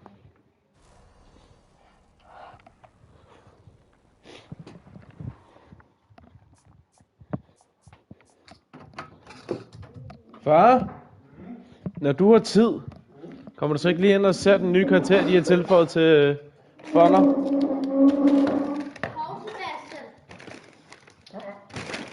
Det er. Den her. Og den der. Det var mig til dig. Tusind tak. Det ved jeg gerne. Jeg skal ned og hente dem. I Roskilde. Hvad er der galt med dig? Join, Linus. Kom og join os. Ja, Linus, hvorfor er du sådan der? Fordi han er glad. Nej. Jamen, jeg havde ikke fortjent det der. Han er glad.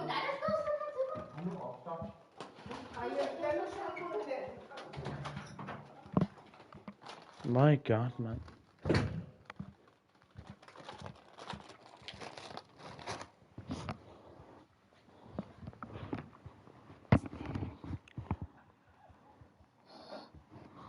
His most calculated charade is one of self-harm. He first bites himself without drawing blood, or leaving any marks that were visible in his jail intake photographs.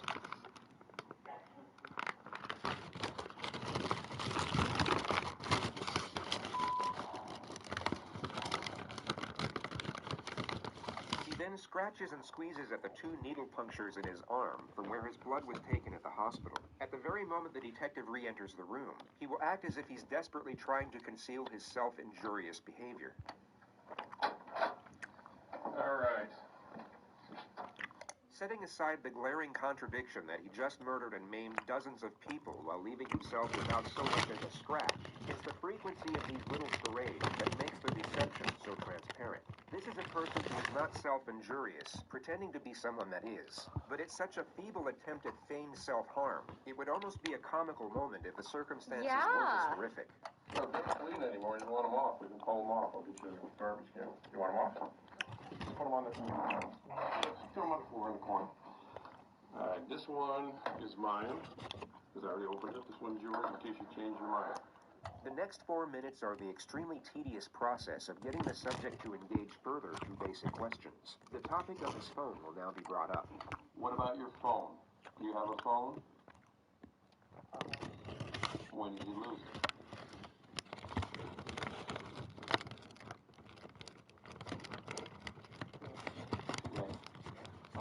What kind of phone is it? I don't know. Speak up, bitch. Is it a flip Can't hear you. iPhone, Samsung? Oh, what's the number?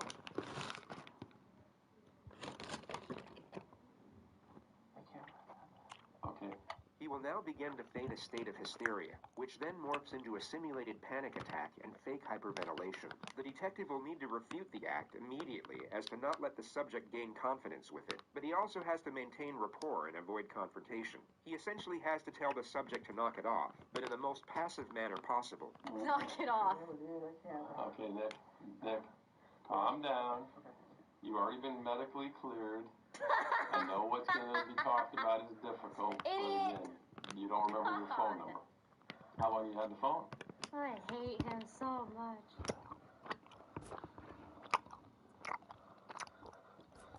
How long have you had the phone?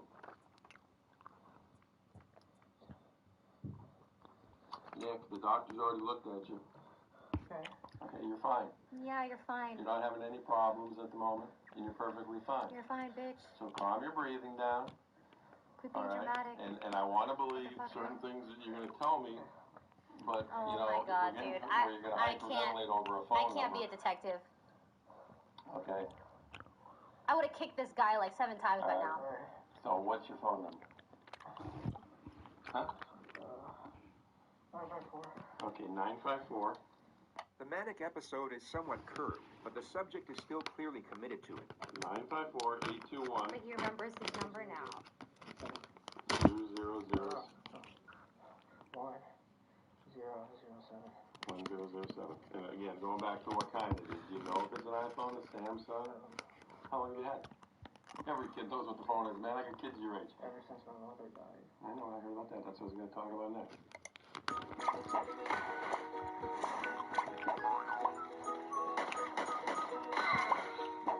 This is a turning point. Cruz's adoptive mother had indeed passed away the year prior from pneumonia. The topic is sympathetic towards himself, and it seems to have stopped the feigned hysteria in its tracks. Compared to his neurotic behavior in the minutes leading up to this moment, he all of a sudden appears calm. He is clearly receptive, and thus responsive, to the cue of compassion when it's directed at himself. Huh? The detective recognizes this, and although he said he would talk about the subject's mother next, he instead focuses on it immediately to keep him engaged.